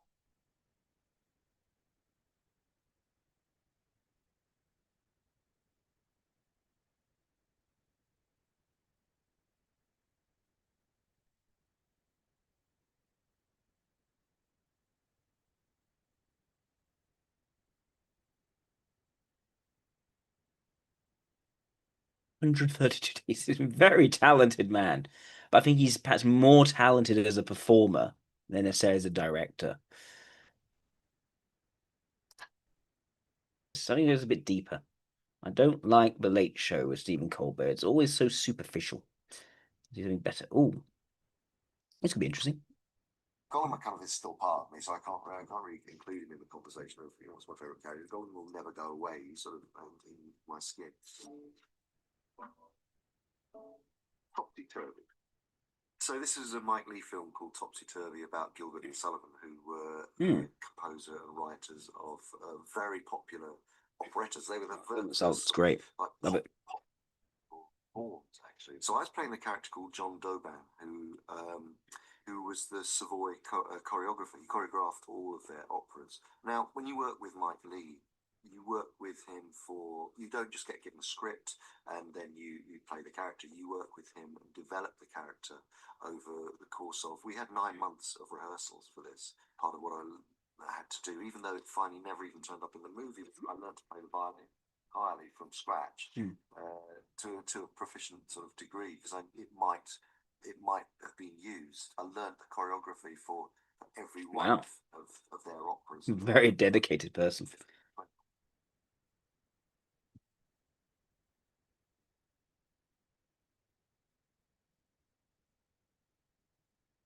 Then you come to shoot the scenes, and of course you're not given a script, and so you do these long, you're in character for hours and hours and hours of every day. And classic Mike Leigh is that you don't know how many days you're going to end up actually shooting, and then you get called in and you start shooting the scene, and you don't know how long it's going for. So after 9 months of rehearsal, I remember I only actually shot that character for 2 days, which is the most I've ever spent on developing a character for so little time in front of the camera. It was a real extraordinary time. I wouldn't have missed it for the world. But you think, wow, I shot 3 movies at the time of creating that. Very understated irritation there. Yes. Creation of Gollum, the character of Gollum, but it was the beginning of a long journey that is ongoing, using motion capture technology, which is now, of course, called performance capture technology. Peter Jackson, one of the things he wanted to set out to do was he said to me, look, no, you could never cast an actor to play Gollum. You just can't cast someone that we could actually film. We never be able to find that person.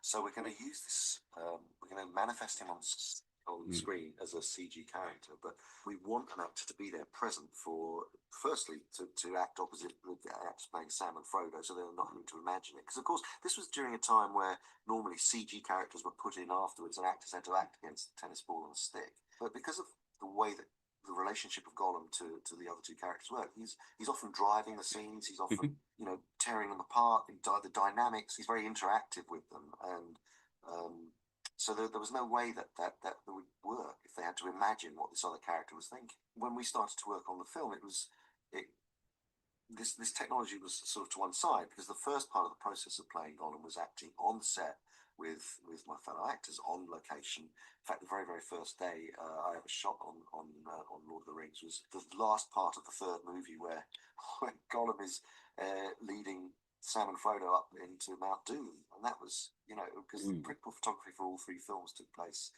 together. So we shot all of the films together over the course of a year and a half. So to come in and do, I think it was like scenes 862 or something like that. It was like right at the end of the show, 3 films, and I'm like, wow, okay, this is where I'm starting. I'd spent a lot of time researching how I was going to play Gollum physically. I'd studied. I was very influenced by paintings by Francis Bacon and Egon Schiele and various different artists. I went through the whole of the trilogy, looking at descriptions of how Gollum moves are based on other sorts of animals and creatures. I wanted to find something that was tangible for the power of the ring, what it meant to him. And so for me, what spoke to me was this notion of addiction. And if tangible is an important thing. Again, it's the physicality that's very clear for him. I don't see much of any introverted intuition. I don't see it. I see some extroverted intuition. It's a value to him, but there's no introverted intuition to be seen. But he's very fluid and dynamic in that physicality. He can do very physically imposing tough roles. We've seen that, well, the way he played Caesar, but even when he was in playing that character in Black Panther 2, he had a very physical character he played there. But he's good at that. The extroverted sensations are demonstrated function. I think it works very well. My first sort of epiphany of what performance capture, and then that that technology evolved over the course of the 3 movies, and we were then able in the last movie to actually take the performance capture cameras, bring that little volume, and put them actually onto the sets.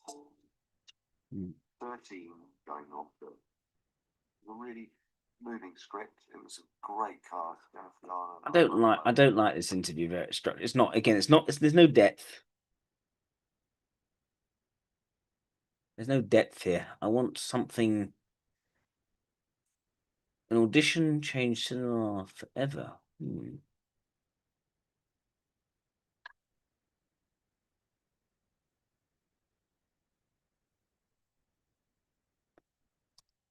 Let's take a look at that.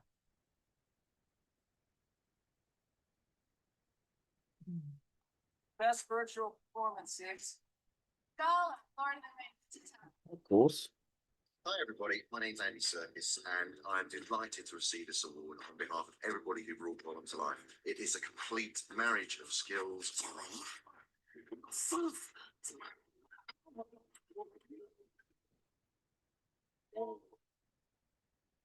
Enough, Gollum.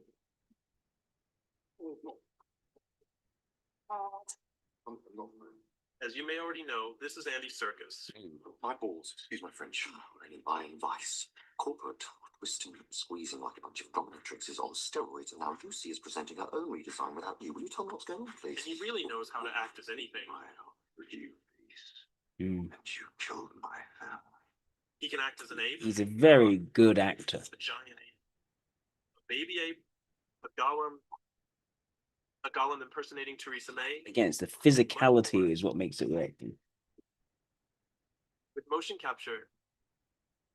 Or without motion capture. Right now. And even acting as 2 characters at the same time.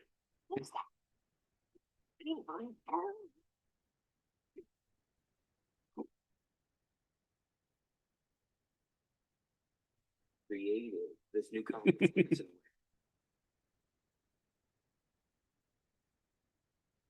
He fell into it. He was cast as Gollum just for his voice, and then Peter Jackson realized what a great physical performance he was giving, and that he should try and capture that somehow. And still, Unlike some of the other actors, you probably don't get recognized. No one can recognize you as Gollum. Does that ever bother you? Do you ever just want to tell people I'm Gollum? so today, we're going to understand the genius of 1,000 faces.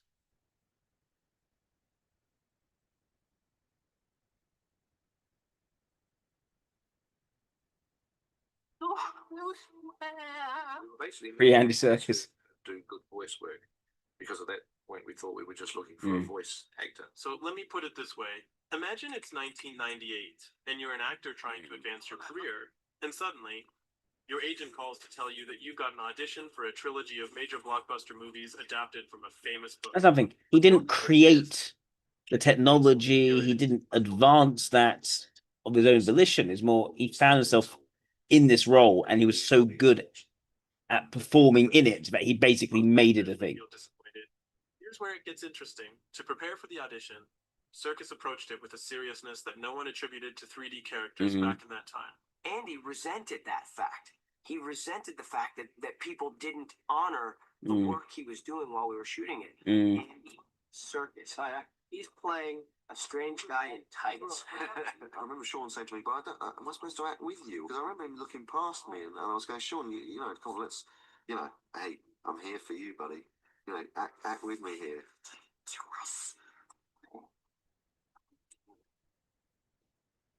Back then, CGI characters were just window dressing or comic relief, and no one thought they could have any real psychological depth.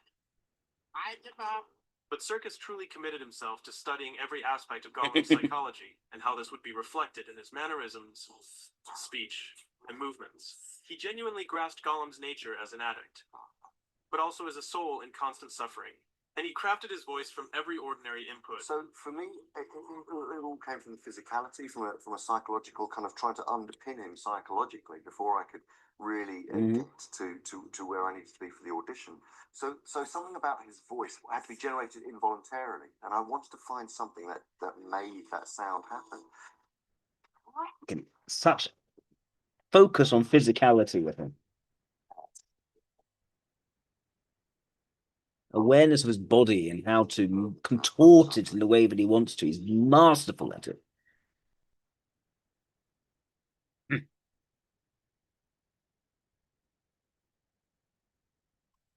That's how he arrived at the day of an audition that would mark the beginning of a change in the history of cinema.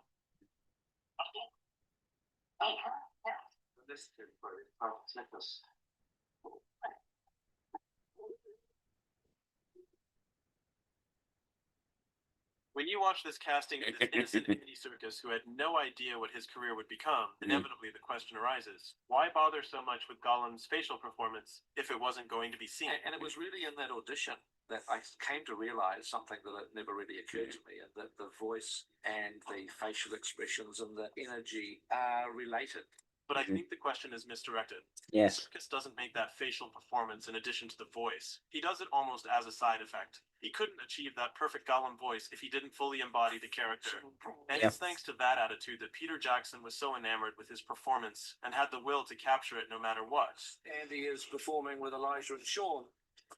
All of his movements that he's making are actually being recorded by a computer. Back then, technology wasn't as advanced, so his gestures would be a direct reference for the animators, and the motion capture would only apply to his body. Either way, Serkis was inventing a new way of acting.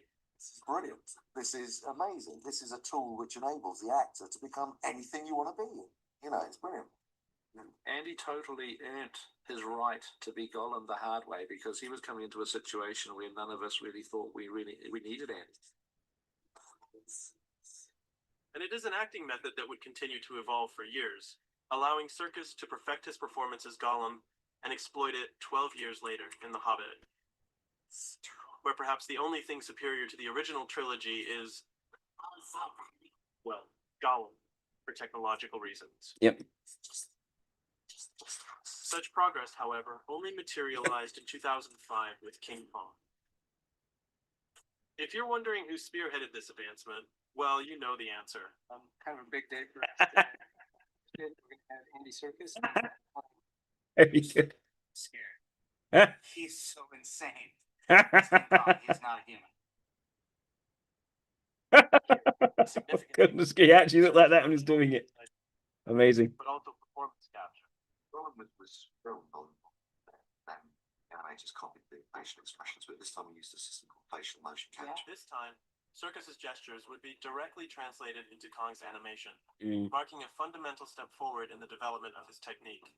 But to talk about gestures and monkeys, let's go back to one of my favorite scenes from the new Planet of the Apes saga.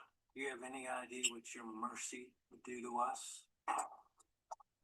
You're much stronger than we are. You're smart as hell.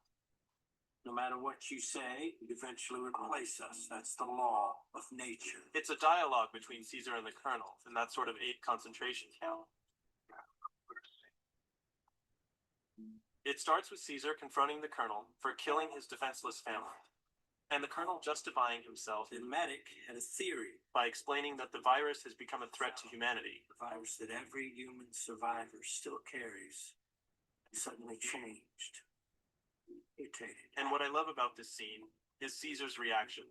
Not by killing us, but by robbing us of those things that make us human. Our speech, our higher thinking.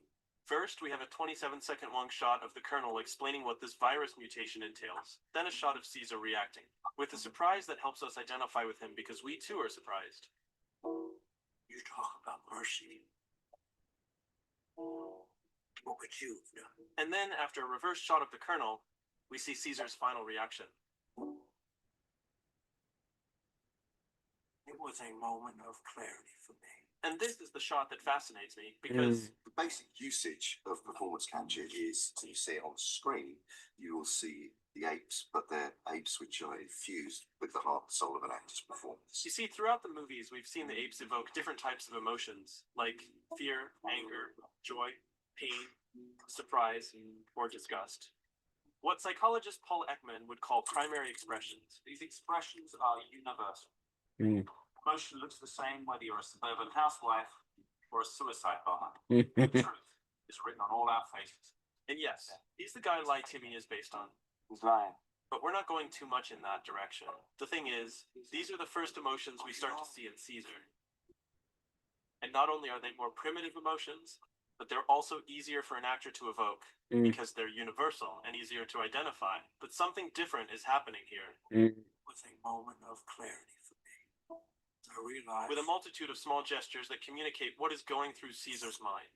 If you look closely, most of the expression is in the eyes. The mouth remains almost the same, but with just them, Circus is able to convey a lot to us. His expression is subtly different from his earlier surprise. Now there is first dismay, then sadness, resignation.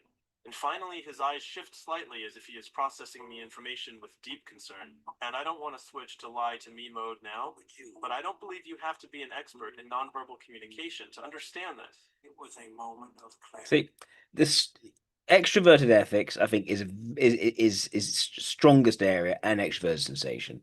I think the values are clearly alpha, as you saw in in the choice, the directorial choices he made in Breathe, which is almost a bit too cloying, but also decided to take on that film, which is very much about embracing all the goodness of life in someone who had been, at least from an initial superficial judgment, would say would never be able to experience those aspects of life. Very much an alpha oriented film.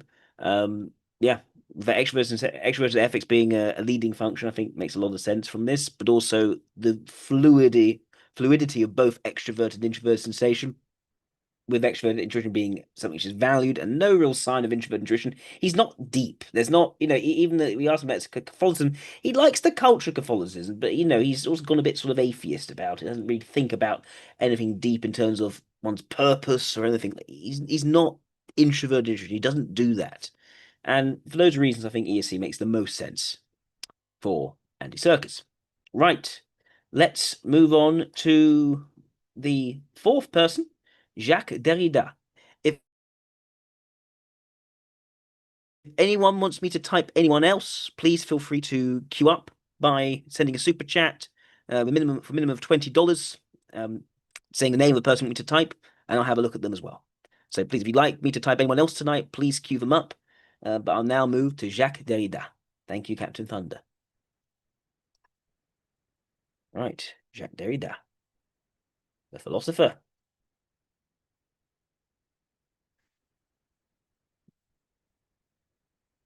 So what's the key thing about Jacques Derrida's ideas? He wrote the philosophy of deconstruction.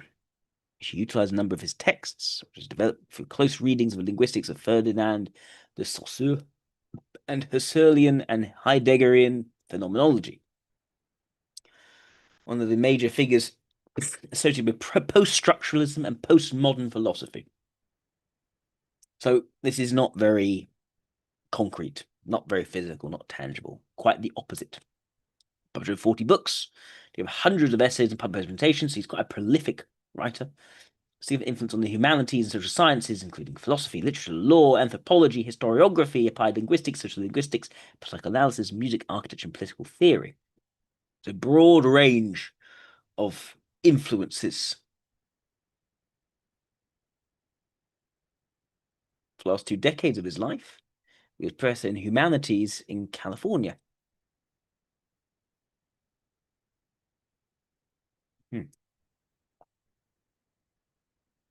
It's clearly a very charismatic philosopher to be so embraced by different people. He has had that influence. What's the philosophy? So as a historian, he questioned assumptions of the Western philosophical tradition and also more broadly Western culture, questioned the dominant discourses, trying to modify them to democratize the university scene and to politicize it. To democratize. So this idea that there's a certain set narrative and he wants to bring things into being level. Because challenge the assumption of Western culture, deconstruction in some cases, referred to deconstruction as a radicalization of a certain spirit of Marxism. With his detailed readings of works from Plato, Rousseau, Heidegger, very, very French, he argues that Western philosophy has uncritically allowed metaphorical depth models to govern its conception of language and consciousness. He sees these often unacknowledged assumptions as part of a metaphysics of presence to which philosophy has bound itself. This logocentrism, he argues, creates marked or hierarchized binary oppositions that affect everything from the conception of speech's relation to writing to the understanding of racial difference. Deconstruction is an attempt to expose and undermine such metaphysics. So the idea of certain narratives and structures which place one thing over another.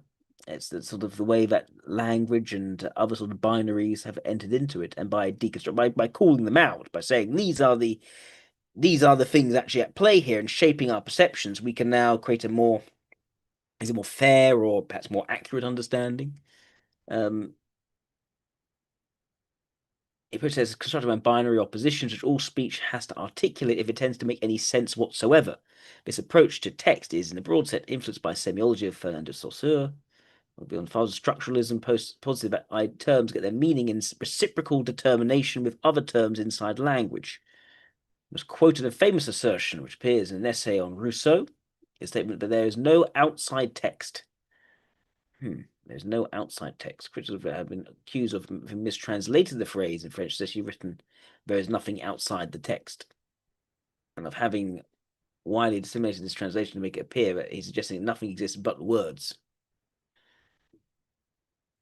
He wants to explain this assertion, which for some has become a sort of slogan in general, so badly understood of deconstruction, means nothing else. There's nothing outside context in this form, which is exactly the same thing. The formula would doubtless have been less shocking. Began his career examining the limits of phenomenology. His first manuscript was a dissertation, the book of Edmund Husserl. He was ambitious of his interpretations with Husserl, not only in terms of number of works addressed, but also in terms of extraordinary focused nature of investigation. Problematic writing was already in place as such, bound to the reducible structure of deferral in its relationships to consciousness, presence, science, history, and the history of science, and disappearance or delay of the origin, etc. This essay can be read as the other side, recto or verso, as you wish, of speech of phenomena.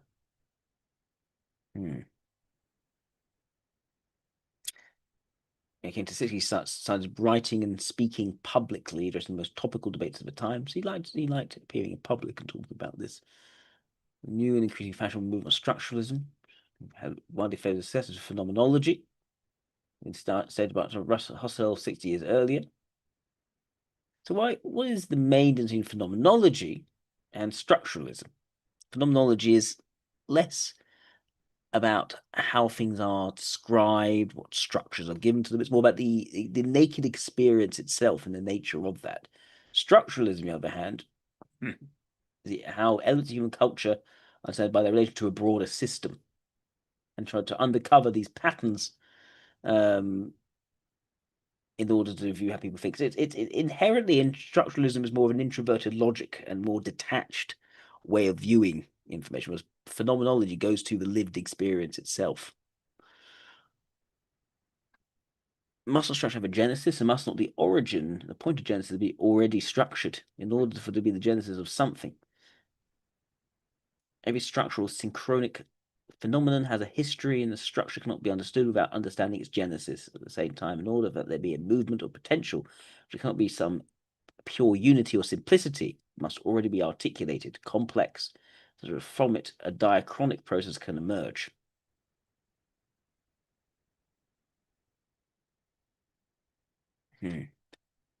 His interest crossed disciplinary boundaries, and his knowledge of a wide array of diverse materials reflected the free collection of work.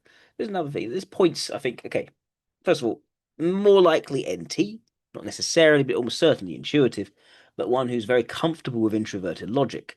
And it seems to me very, very certainly as a strength, extrovert intuition, more likely an energized, more like an extroverted type rather than an introverted type.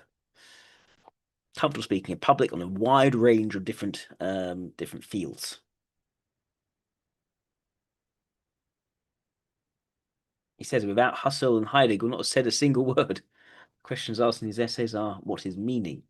The historical relationship to what is purportedly identified in the rubric voice as a value of presence. There's also the idea of democratizing, the idea of if you reveal the underlying structures, you can bring things more on a sort of equal footing. It's anti-hierarchical. sort of idea about use logic to expose said hierarchy, so we don't have hierarchies. So things are very much on a level of each other, which suggests to me more likely alpha NT, but I'm not 100% yet. I know what I've said so far has led to ILE being the most likely typing, just from these initial impressions, but I want to substantiate that better.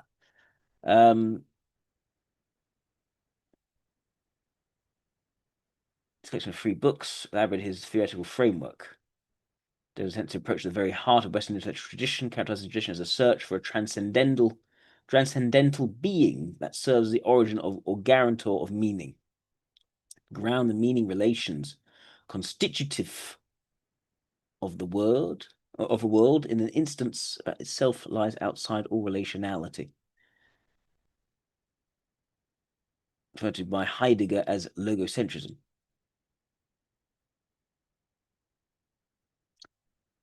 There argues that this philosophical enterprise is essentially logocentric, and that this is a paradigm inherited from Judaism and Hellenism. He in turn describes logocentrism as phallocratic, patriarchal, and masculinist. He contributed to the understanding of a certain deeply hidden philosophical presuppositions and prejudices in Western. It's very, very pretentious, but that's because he's a French philosopher. The French philosophers are very like this.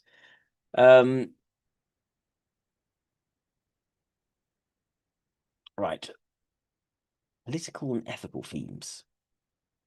Took a political and ethical turn in the 1990s. Text cited as evidence of such a turn include Force of Law, The Spectres of Marx, Poles of Friendship.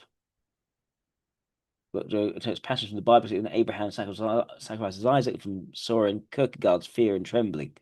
Scholars such as Leonard Lawler, yada, yada, yada, but the turn has been exaggerated. Some, including Derrida himself, argue that much of the philosophical work done in this political turn can be dated to earlier essays. There's an ethicist view respecting to hospitality, exploring the idea that 2 types of hospitality exist: conditional and unconditional. This contributed work with many scholars.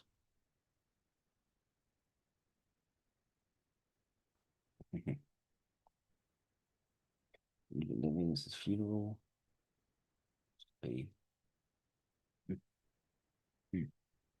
Right. Oh, there's a film. If you actually open the film Derrida, he said that in many ways felt more and more closely guide the board's work, because it appears in Derrida's text, and in particular, everything I say about the media, technology, spectacle, and criticism of the show, to speak, like becoming a spectacle of everything, an exploitation of the spectacle. And the place in which Derrida makes it a spectacle is in 97 an interview about the notion of the intellectual. Okay, let's take a look at that. It's a documentary film, okay, about Derrida. Shows while applying his theory of deconstruction to the film itself. I'd like to see that film. Let's take a look at some of this film.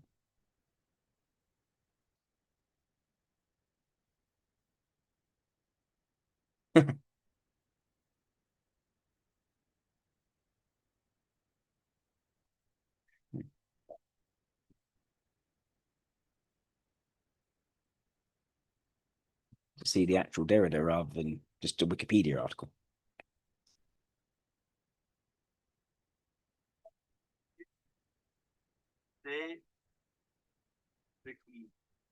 Maybe get to the beginning. Okay.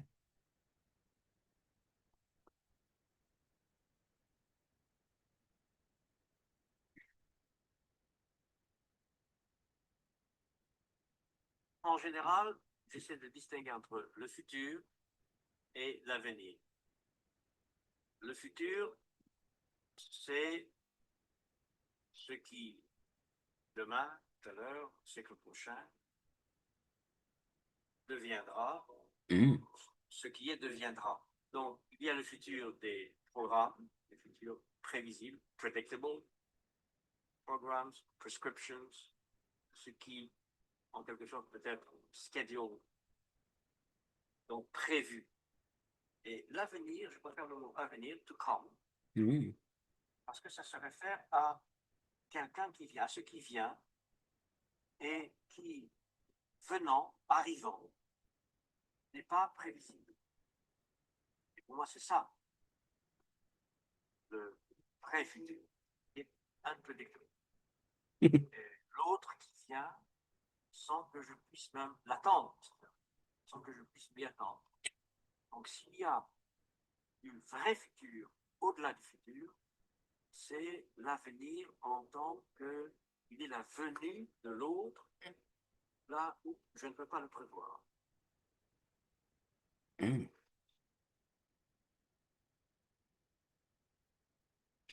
Sort of a going outside of introverted intuition, perhaps.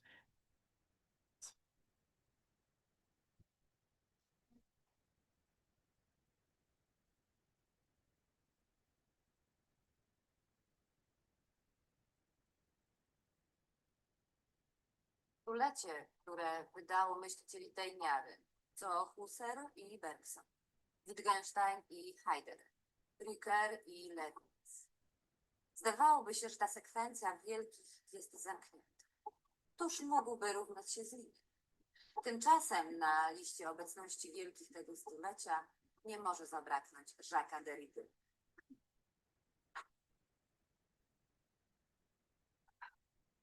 Et ouais, je dis bonjour. Hein. C'est un peu.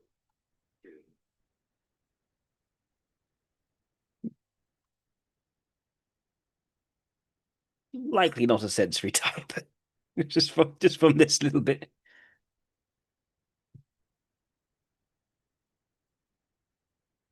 Good evening. Later on tonight's late show, we look at the French philosopher Jacques Derrida, founder of the post-structuralist mode of analysis known as deconstruction, and internationally acknowledged by many as one of the most innovative and inspiring of contemporary philosophers.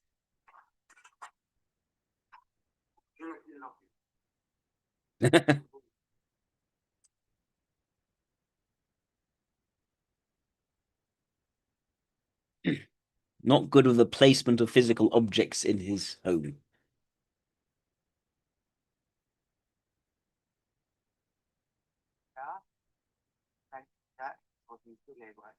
Son nom circule sur les 5 continents. Il devint une sorte de foudroyage de la pensée, à la manière des mineurs qui font sauter les poutres de l'échafaudage qui soutient une galerie au fond de la mine.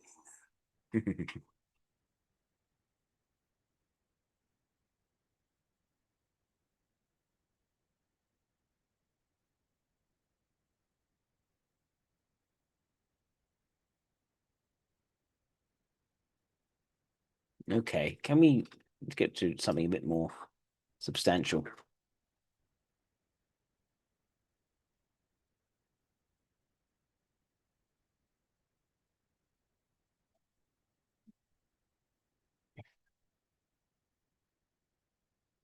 You see, the fact there's a documentary about him, he clearly likes being the center of attention.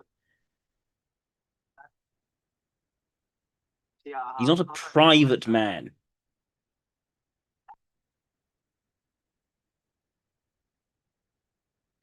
But he's been happy to be filmed for this.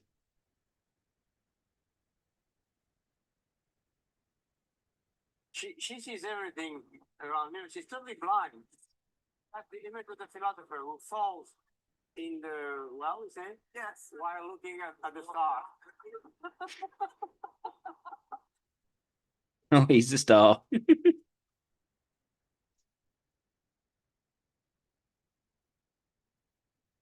These people around all the time, day and night, like wherever they are. For 2 weeks now, they've been constantly tracking me. Oh, but he likes it. Sometimes I forget, I just forget. You should not neglect the fact that some biographies written by people who have authority in the academy finally invest this authority in a book which for centuries sometimes after the death of an author represent the truth. The truth. And someone interested in biography writes the life and works of Heidegger, well documented, apparently consistent, and it's the only one published by under the authority of a good press, okay? And then Heidegger's image, Heidegger's life image, is fixed and stabilized for centuries. That's why I would say that sometimes the one who reads a text by the philosopher, for instance, a tiny paragraph, and interprets it in a rigorous, inventive, and powerfully deciphering fashion, is more of a real biographer than the one who knows the whole story.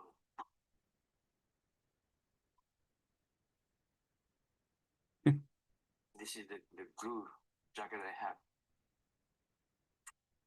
Yeah, it's all about the limitations of certainty, and by creating more uncertainty, it reduces the limits. It actually gives a greater view of accuracy.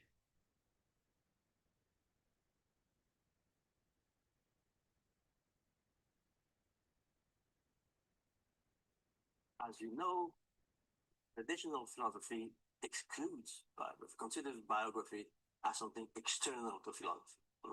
You remember Heidegger's statement about Aristotle. Heidegger once was asked, I think, what was the life of Aristotle? What could we answer to the question, what was Aristotle's life? And well, the answer is very simple. Aristotle was a philosopher. The answer it holds in one sentence. He was born, he thought, and he died. And all the rest is pure anecdote.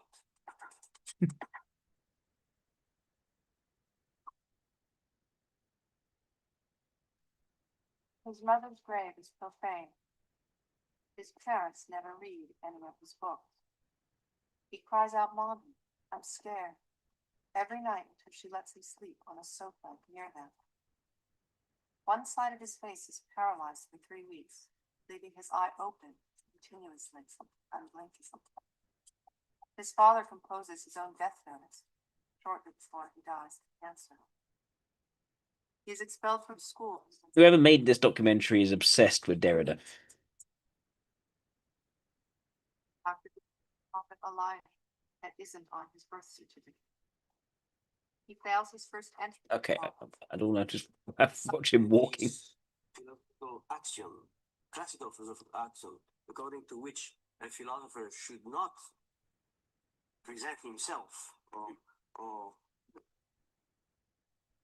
get into autobiography, then we have to be indecent to some extent.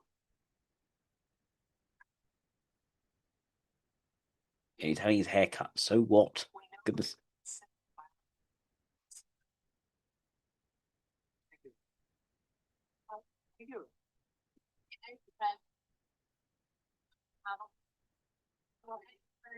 Hear you speak so I can understand it better.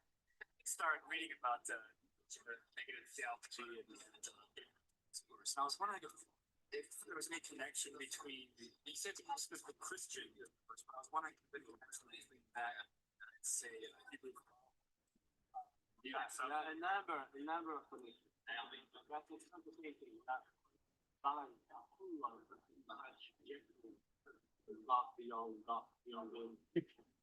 He agrees with there being a number of different connections. He didn't dismiss the idea, he very much acknowledged the idea.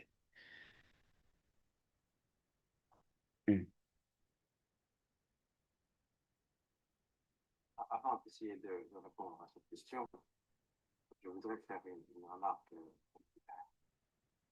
sur le caractère totalement artificiel de cette situation. Je ne sais pas qui regardera ce que nous sommes en train de filmer ou d'enregistrer, mais je voudrais souligner, au lieu de les effacer, les conditions techniques. Ne pas feindre la naturalité là où elle n'existe pas. J'ai déjà commencé à répondre à votre question sur la déconstruction, parce qu'un des gestes de la déconstruction consiste en particulier sérieux, à ne pas True to the principles of deconstruction, he's doing it now. Doesn't mean he doesn't like this. He really wants to point out the lack of naturalness because that's what his philosophy is all about. Deconstruction may be at work in the work, within the system to be deconstructed. It may already be located there. I can't watch too much more of this, but not film. Let's see something else. Let's see an interview.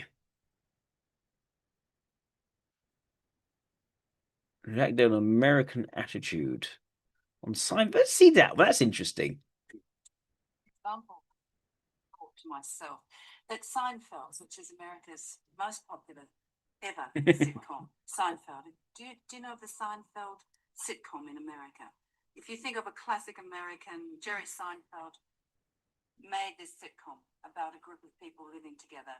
Everything is about irony and parody, and what you do with your kitchen cupboard is imbued with as much feeling or thought as whether someone believes in God, if you like. Do you see anything? Construction, the way I understand it, doesn't produce any sitcom.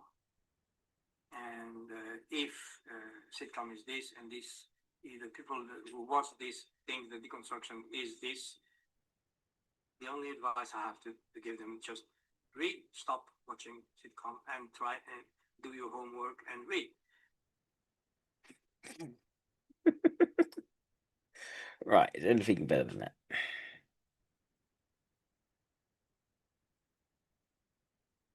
Defining deconstruction from a documentary, right?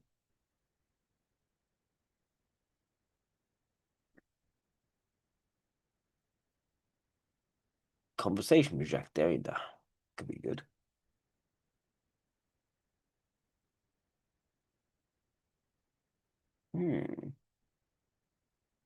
Try that one. Of literary and cultural studies that swept through the English-speaking world in the past 20 years. In particular, he launched the massively influential concept of deconstruction.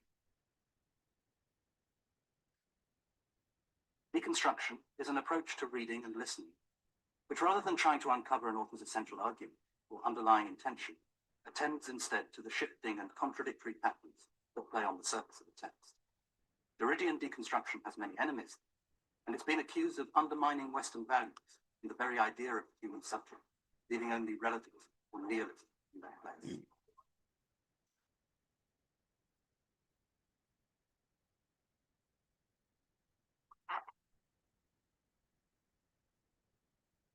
Derrida's conversation with Alan Montefiore in the Sheldonian Theatre is part of a series organised by Oxford Amnesty Lectures. Well, this is a slightly formal and picturesque setting for discussion, but let's try and ignore the picturesqueness of it. We were told that the discussion, as I was told, that the discussion was to be directed toward my cynical paraphrase, the ethical and political problems posed by the dissolution and deconstruction of the subject, in the terms that the liberal tradition has taken a human being to be the subject of his or her own experience, life, activity, responsibilities, and so on. So, paraphrase it. Does this subject, the subject whose freedom Amnesty International, for example, seeks everywhere to defend, in the name of human rights, or so-called rights of man, does this subject still exist? If not, what sense can be made of this freedom that we are so concerned to protect? Well, that was the discussion. There are, of course, a lot of problematic terms here, not least the very term assumption. But I thought it'd be helpful if we could start, by asking if you could just explain in simple terms, however misleading simple terms may be at a certain level, just what you take to be the deconstruction of the subject and what you take it to amount to, and why, as I know, you see this not in fact as a threat, but rather indeed as a move towards strengthening our appreciation of the importance of protecting human freedom. It's very, thank you for being here.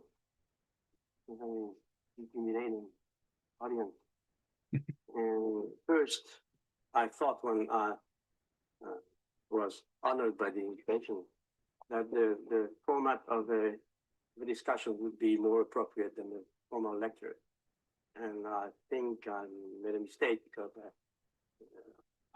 if I had prepared something, I would be protected by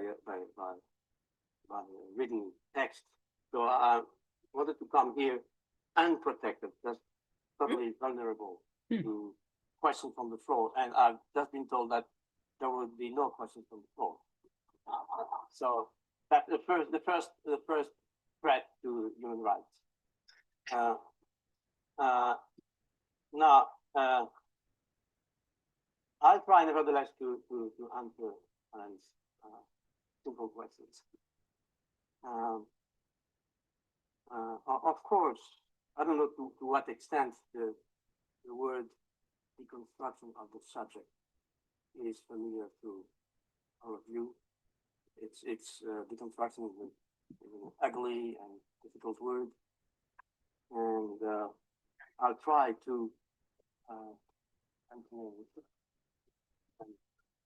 request, try to speak in a jargon-free language, let me say, in the United States, jargon-free, or to say cholesterol-free, or sugar-free.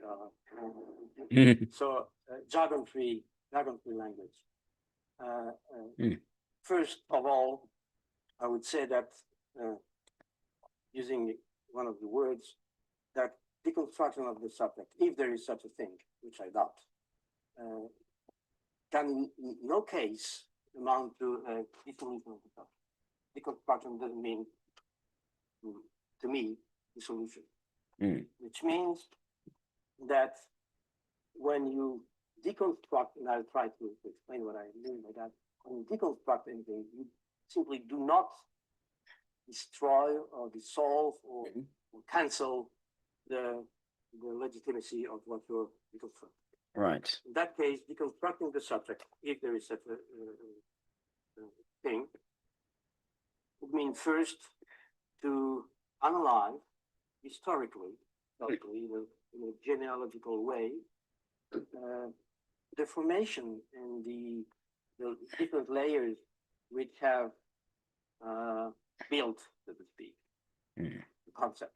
Every concept has its own history, and the concept of subject has a very, very long, heavy, and complex history.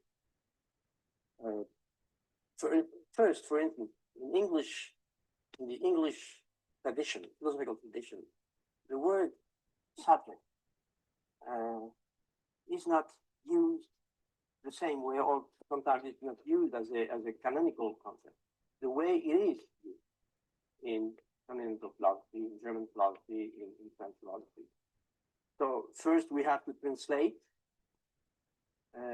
the word into first a different idiom, and finally in all the possible idioms. I think we're supposed to address here the problem of human rights. We face first the problem of language. If there are human rights,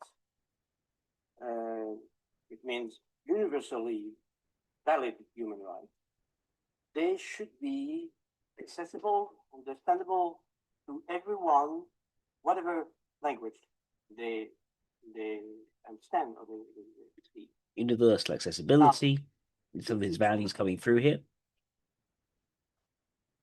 Understandable in a culture in which the philosophical Greek, German, Latin tradition is not familiar, then the word doesn't mean anything. So the first thing you have to do is a universal translation of what the subject is.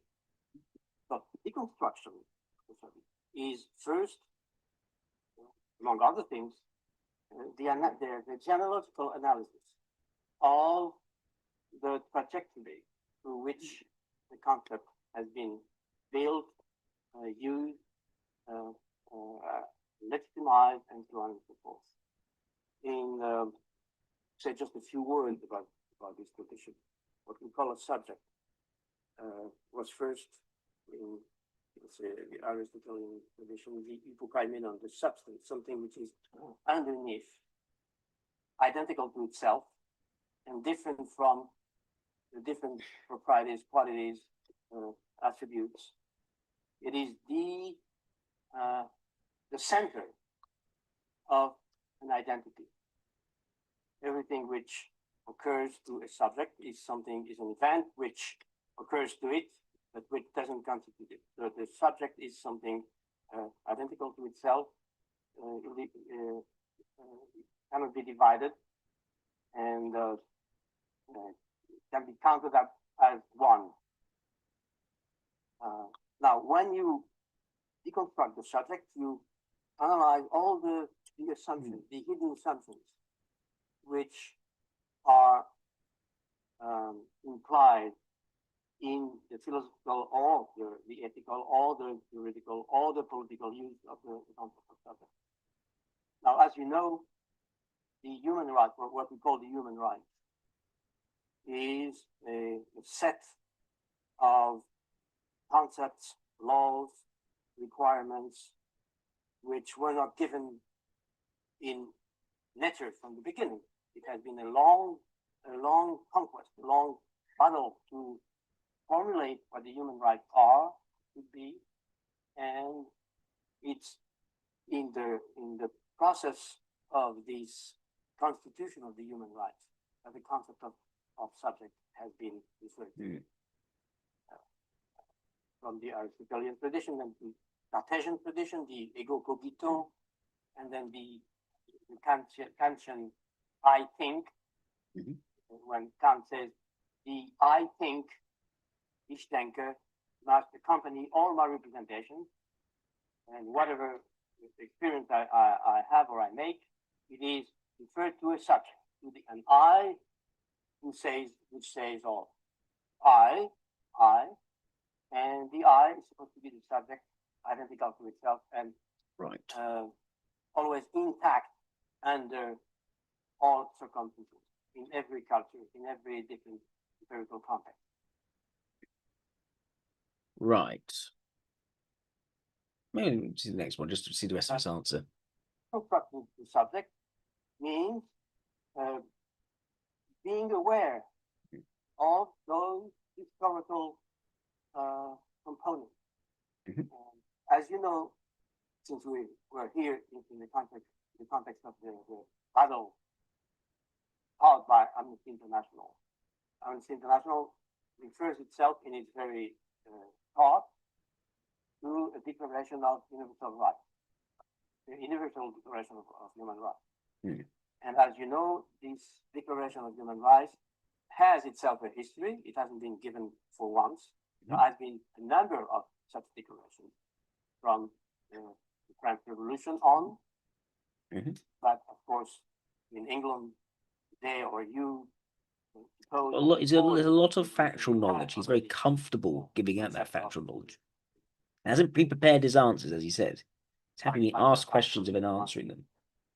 But since the first declaration as such, the human rights, a number of other declarations have transformed and determined more and more the formal concept of human rights.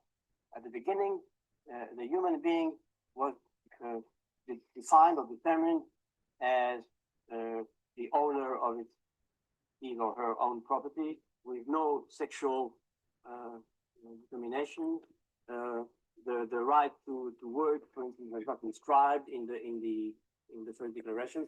So during almost 2 centuries now, there has been a number of such declarations trying to redefine and to determine more and more specifically what the human rights are. So determining what the subject is. The subject is not simply a formal identity. Is the child the subject? Is a woman a subject? Is a non-European individual a subject? So deconstructing the subject is taking into account all the determinations and trying That's why it's not a threat to the human rights. It's trying to improve the concept of the human subject. What you couldn't suggest to me, but it might almost be fair to couple the praise, the deconstruction of the subject with the counterbalancing phase and the reconstruction, perhaps the continual ongoing reconstruction of the subject. I am led to think of this by the way you talk of the constant battle to improve our understanding and perhaps to add to our, enrich our concept of what constitutes human rights. If you link, you tell me if I understood this point correctly, but if you link the concept of human rights to the concept of human subject in the way in which you have done, and then one goes on to talk of the enrichment of one's understanding of human rights, this amounts, of course, to an enrichment, an ongoing transformation of the concept of the human subject itself. So that these, what has turned into really a sort of slogan, as many people now use the phrase reconstruction or reconstruction of the subject, if we're to stick to the level of slogans, maybe should be replaced with a term. It should be deconstructing a term, and we should have the term reconstruction. I don't find dropping the word reconstruction. I'd say this from the beginning. No special attachment to this word. But now it is you. So I don't want simply to get rid of of the work which has been done. I think the positive work which has been done under this word, this title. But from the beginning, I was not. I was a little surprised by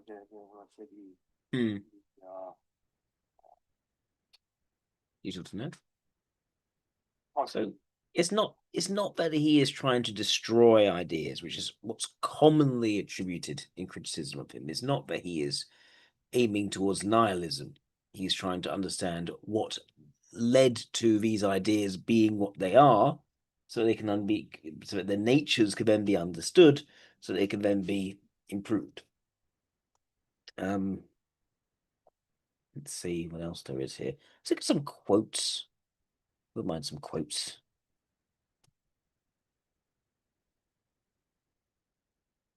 If his work seems so threatening, this is because it isn't simply eccentric or strange, but competent, rigorously argued, and carrying conviction. To pretend I actually do the thing, I have therefore only pretended to pretend. In Algeria, I had begun to get into literature and philosophy, dreamed of writing, and already models were instructing the dream a certain language governed it. Everything's arranged so that it be this way. This is what is called culture. I wrote some bad poetry and published in North African journals. As I withdrew into this reading, I also led the life of a kind of young hooligan. I've always had school sickness, as others have seasickness. I cried when it was time to go back to school long after I was old enough to be ashamed of such behavior. The first problem of the media is posed by what does not get translated or even published in the dominant political languages.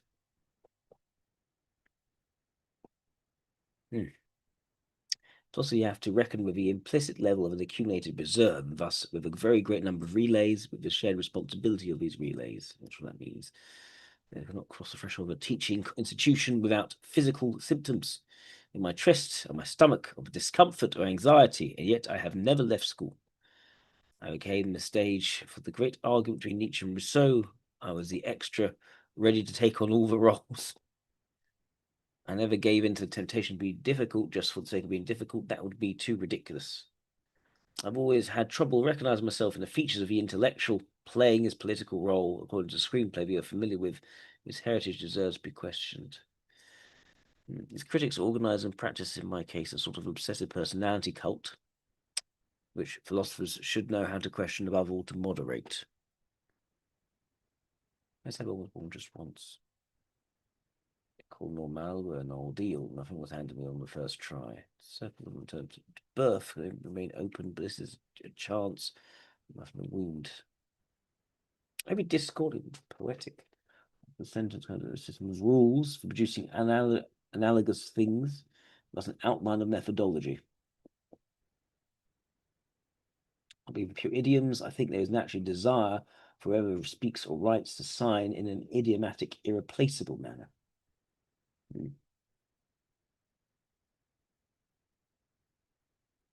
and a mathematician or a physicist whom she doesn't understand, someone who speaks a foreign language, rather it's someone who tampers with your own language.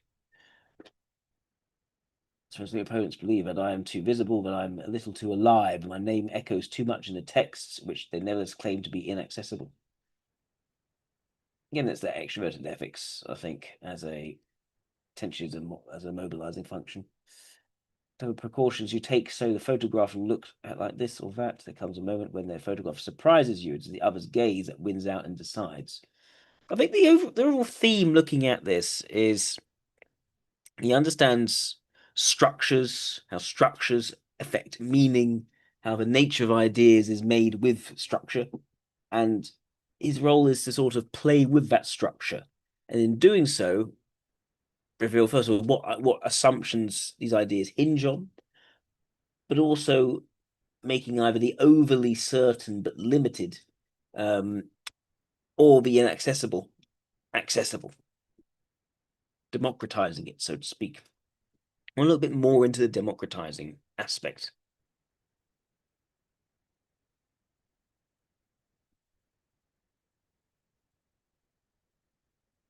Sort of obscure philosophy, Jack Derrida knows deconstruction more accessible and relevant to broader political discourse, practical life.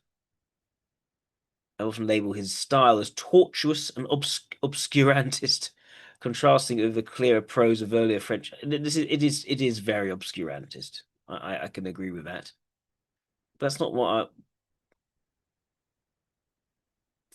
I meant by what Derrida was doing in terms of democratizing.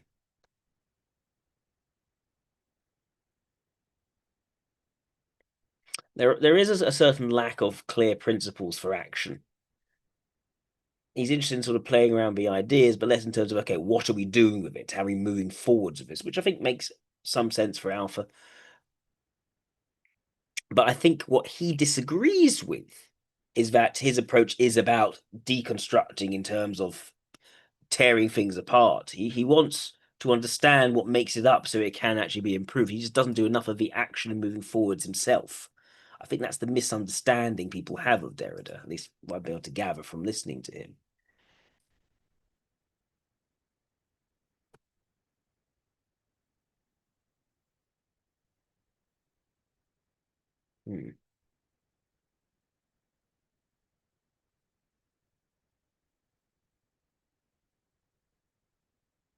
I'm for challenging single dominant narratives, naming a plurality of voice interpretations, interpreted as a democratization. Okay. So that to me is extroverted intuition as a value. Deconstruction of grand narratives, challenging traditional philosophical desire for a center or an absolute truth, which often manifests in society as a single dominant historical cultural narrative. Doctors come the concept of la démocratie à venir. So there's an endless process of self-critique and revision rather than a stable, achieved form of government. This unending revision is a democratic value that refuses any single entity of narrative the last word. I think he prefers things to be open, to be questionable. Yeah, which I think is inherent to extroverted intuition and introverted sensation values. But he sort of uses introverted logic in doing this, which is why I don't think, I wouldn't say that he is you could say, well, a delta is all about sort of making things more questionable. I think he's a hybrid. There's a hybrid aspect of making certain aspects more questionable, but also bringing clarity as well in terms of revealing the structures and how it really is under the surface. The point is he's against the closedness in that. Work values the irreducible singularity of individuals and experiences, which resists being fully captured by universalizing or homogenous narratives. A non-genealogical approach breaks with a focus on a single pure origin, instead of embracing originary heterogeneity. It's a condition where no single story can dominate or exclude all others, allowing for the continuous emergence of alternative perspectives and challenging power structures that rely on a singular version of the truth. Yeah, I think Irely makes the most sense for Derrida. There is, and that covers both the best interpretations of him and also the more negative interpretations, where he's been accused of saying things almost the opposite of the truth, where he is, there's an aspect here that he deliberately makes it obscurantist, thereby reducing actual criticism because it's hard to really understand what he's saying. But at the same time, a desire to open up knowledge structures to many different perspectives and basically making it more inclusive in that way, which I think is very much an alpha value. I think he clearly has a good command of extroverted logic, with introverted logic being the value. And it seems to me that his introvert sensation is looking at that film, for instance, is clearly a weak area for him. But he's very comfortable being out and about, being a public intellectual. It's a similar sort of fame and attention which Albert Einstein had as a physicist in the latter half of his life. He seems to enjoy it, at the same time feeling he needs to point out that this is a very unnatural environment.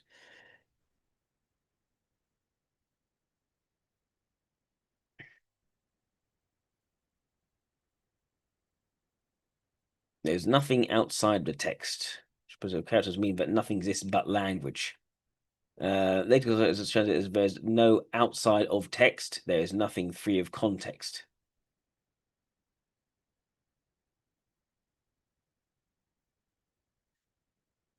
I think you just said there's no outside text.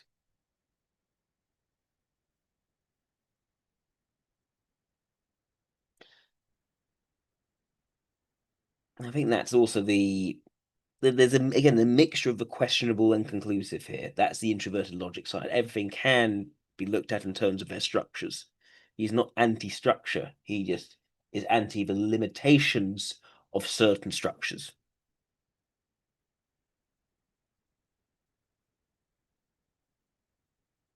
It's the thought from the vantage of the end of man. Man is that which is in relation to his end in a fundamentally equivocal sense of words. It's always something that's very hard actually. There is obscurantism in terms of sort of the pretentiousness of how he frames things. Spectres of Marx, live by definition, is not something one learns, not from oneself. It's not learned from life, taught by life, only from other, and by death. In any case, life, the internal border, external border. It's heterodidactics.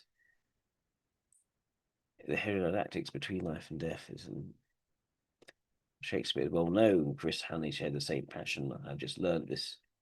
I like the idea of remarks more from quotes Timon of Athens. The manifest seems to evoke or convoke right from the start. The first coming of the silent ghost, the apparition of the spirit doesn't answer. Whereas ramparts of Elsinore, which is then the old. There's a dramatic element as well in his writing. That's what some of the criticisms say. According to the claims of Joe's most careless critics, the passion of deconstruction is deeply political, for deconstruction is a relentless of someone's indirect discourse on democracy to come. It is a radically pluralistic polity that resists the terror of an organic ethnic spiritual unity, of the natural native bonds of a nation, which grind to dust everything that is not akin, of a ruling kind and genus, dreams of a nation without nationalist or nativist closure, of a community without identity, a non-identical community that cannot say I or we, for after all, the very idea of a community is to fortify ourselves in common against the other. Sense of a consummate danger of an identitarian community, the spirit of the we. Yeah. So they basically say, yeah, he's sort of like an anti-borders collectivist, which is, kind of fits also with Alpha. His work emerged from the tradition of Husserl and Heidegger, though it was proof catching in some circles, is not easily assimilated by people used to normal expressions of thought.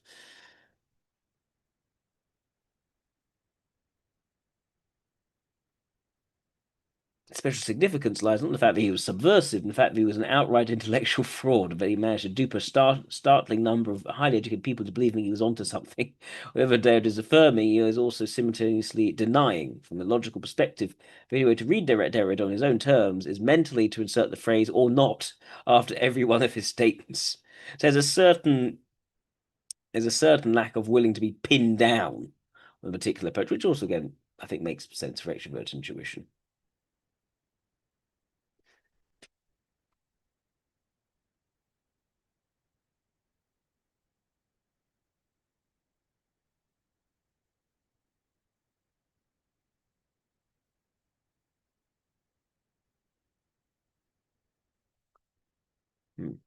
So the concept of the proper way of describing language, not the nature of language to reality, can hardly provide a linguistic pedigree to Derrida's philosophizing about that relation.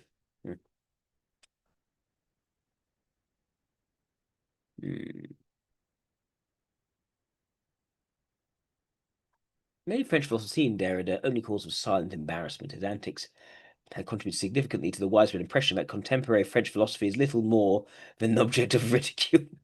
His voluminous writings, in our view, stretch the normal forms of academic scholarship beyond recognition. Above all, as every reader can very easily establish for himself, his works employ a written style that defies comprehension. I can see why it's quite easy to make fun of Derrida. It is very. I can see why it's very easy to make fun of Derrida because it's very pretentious, very very pretentious, very hard to understand, deliberately hard to understand. Yet at the same time, wanting to make things more accessible to everyone. I think there's an aspect of him being almost caught up in his image.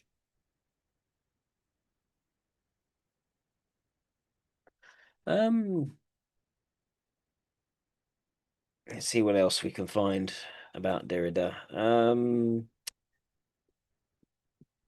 interested to know what comes before the question. Oui, souvent, les philosophes, quand ils commencent un cours de philosophie, commencent souvent par dire que la question qu'est-ce que, la question de l'être. Well, if anyone wants me to type anyone else, there's a little bit of time left. If anyone wants me to do so, please feel free to send a super chat. I'll look at one more person. But if not, that's fine. Et la question inaugurale de la philosophie. Que tout a commencé en Grèce quand les philosophes se sont demandé qu'est-ce que c'est que, quelle est l'essence de ceci ou cela, et que veut dire le mot être.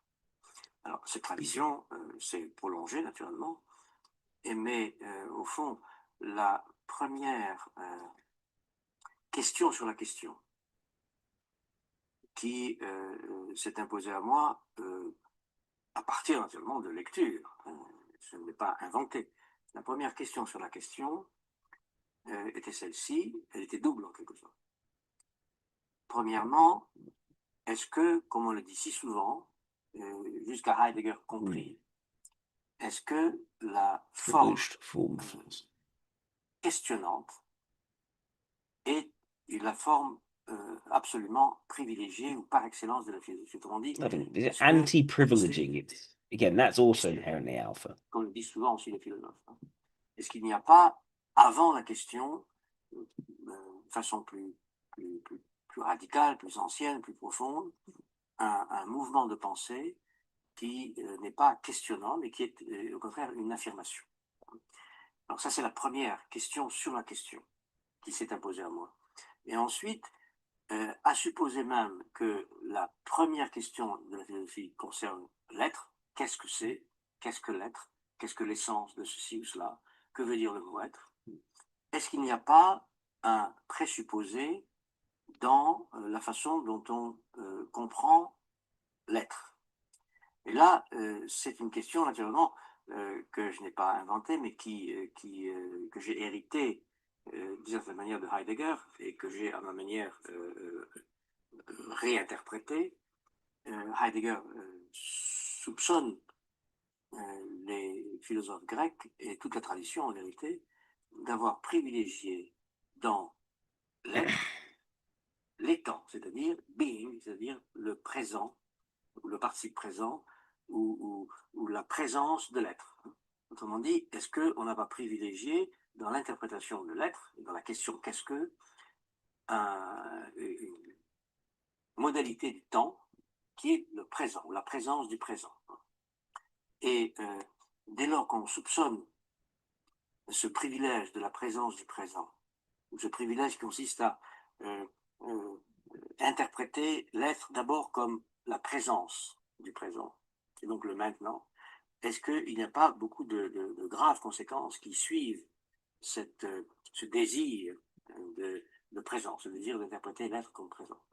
Alors ça, c'est une question que Heidegger avait formulée à sa manière et que j'ai essayé d'entraîner ailleurs, de déplacer, de réinscrire dans des terrains différents, dans des corpus différents, sur des textes que Heidegger n'avait pas lui-même interrogé. Donc la question revient à celle de la présence. Puisque j'ai essayé d'écrire sur la trace, sur l'écriture, qui est justement la condition non présente de la présence. Et que pour avoir accès à de la présence comme telle, à de l'être-présence, il faut l'expérience de ce que j'appelle la trace, c'est-à-dire le rapport à autre chose, à l'autre, c'est soit l'autre que l'être. L'autre passé, l'autre futur, ou l'autre en général, autrui, mais un autre qui ne se donne jamais sous la forme du présent de la présence. La trace, au fond, la pensée de la trace, telle que j'ai essayé de la développer, est une remise en question et de la question, une forme questionnement de la pensée, et de l'autorité du présent de la présence. Et donc c'est ça mon explication avec la philosophie, mon débat avec the other, the capital O. It's the main theme of his philosophy, the pursuit of the other, with structural analysis serving his pursuit of the other and the other is always that which is not privileged in our understanding. I think that's inherently extroverted intuition. And the idea is he seeks out the other, and it's to then bring both the privileged and the other, both of them together into our understanding.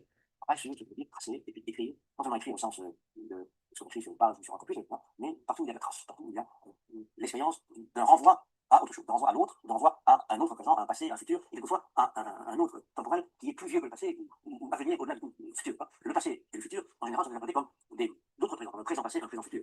Et ce que j'essaie de penser, c'est qu'un passé ou un avenir ne sont pas des présents modifiés, ne sont pas des présents futurs, des présents passés, mais une autre expérience du rapport au passé. Again, he speaks, it's heavily complicated.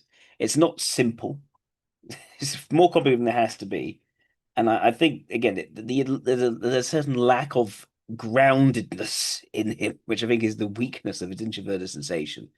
I think is plain. Yeah, I think Eiley is the most likely typing. Can I be absolutely sure? It's hard. There's a certain opacity, but also you can see, what has he done? He's a public intellectual. He got involved in philosophy quite early on. His whole thing's about the other. What else can I do to sort of substantiate that? We can sort of the biographical elements, personal life. Mass psychoanalyst Marguerite Occultier in Boston. At the time of his death, he agreed to go to Heidelberg's holder of a Gadamer professorship. Some of his places beyond the boundaries of philosophy and an academic discipline. He was a leading intellectual figure, not only for the humanities, but a cultural perception of the whole. Okay, that's just, it's not much in terms of personal life to say. Is there anything else we can look at? We know he hated school.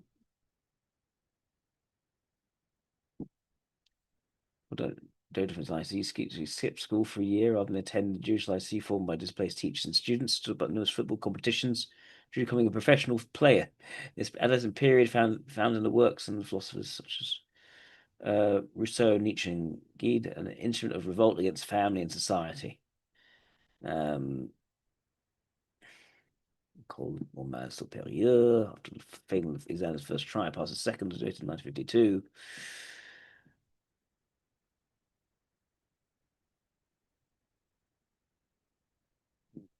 Independence. He asked to teach soldiers, children in lieu of military service, teaching French and English. He didn't want military service.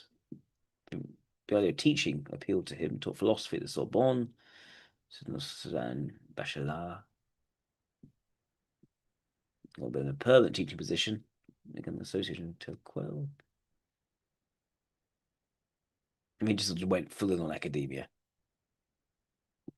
Traveled widely, held a series of visiting and permanent positions, came full professor, first president.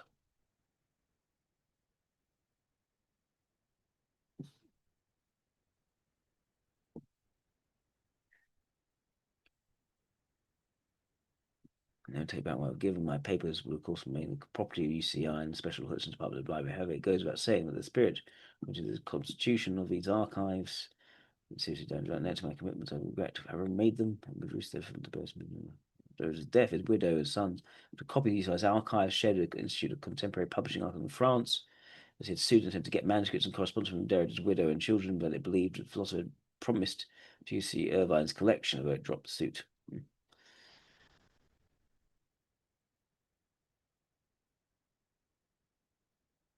Right.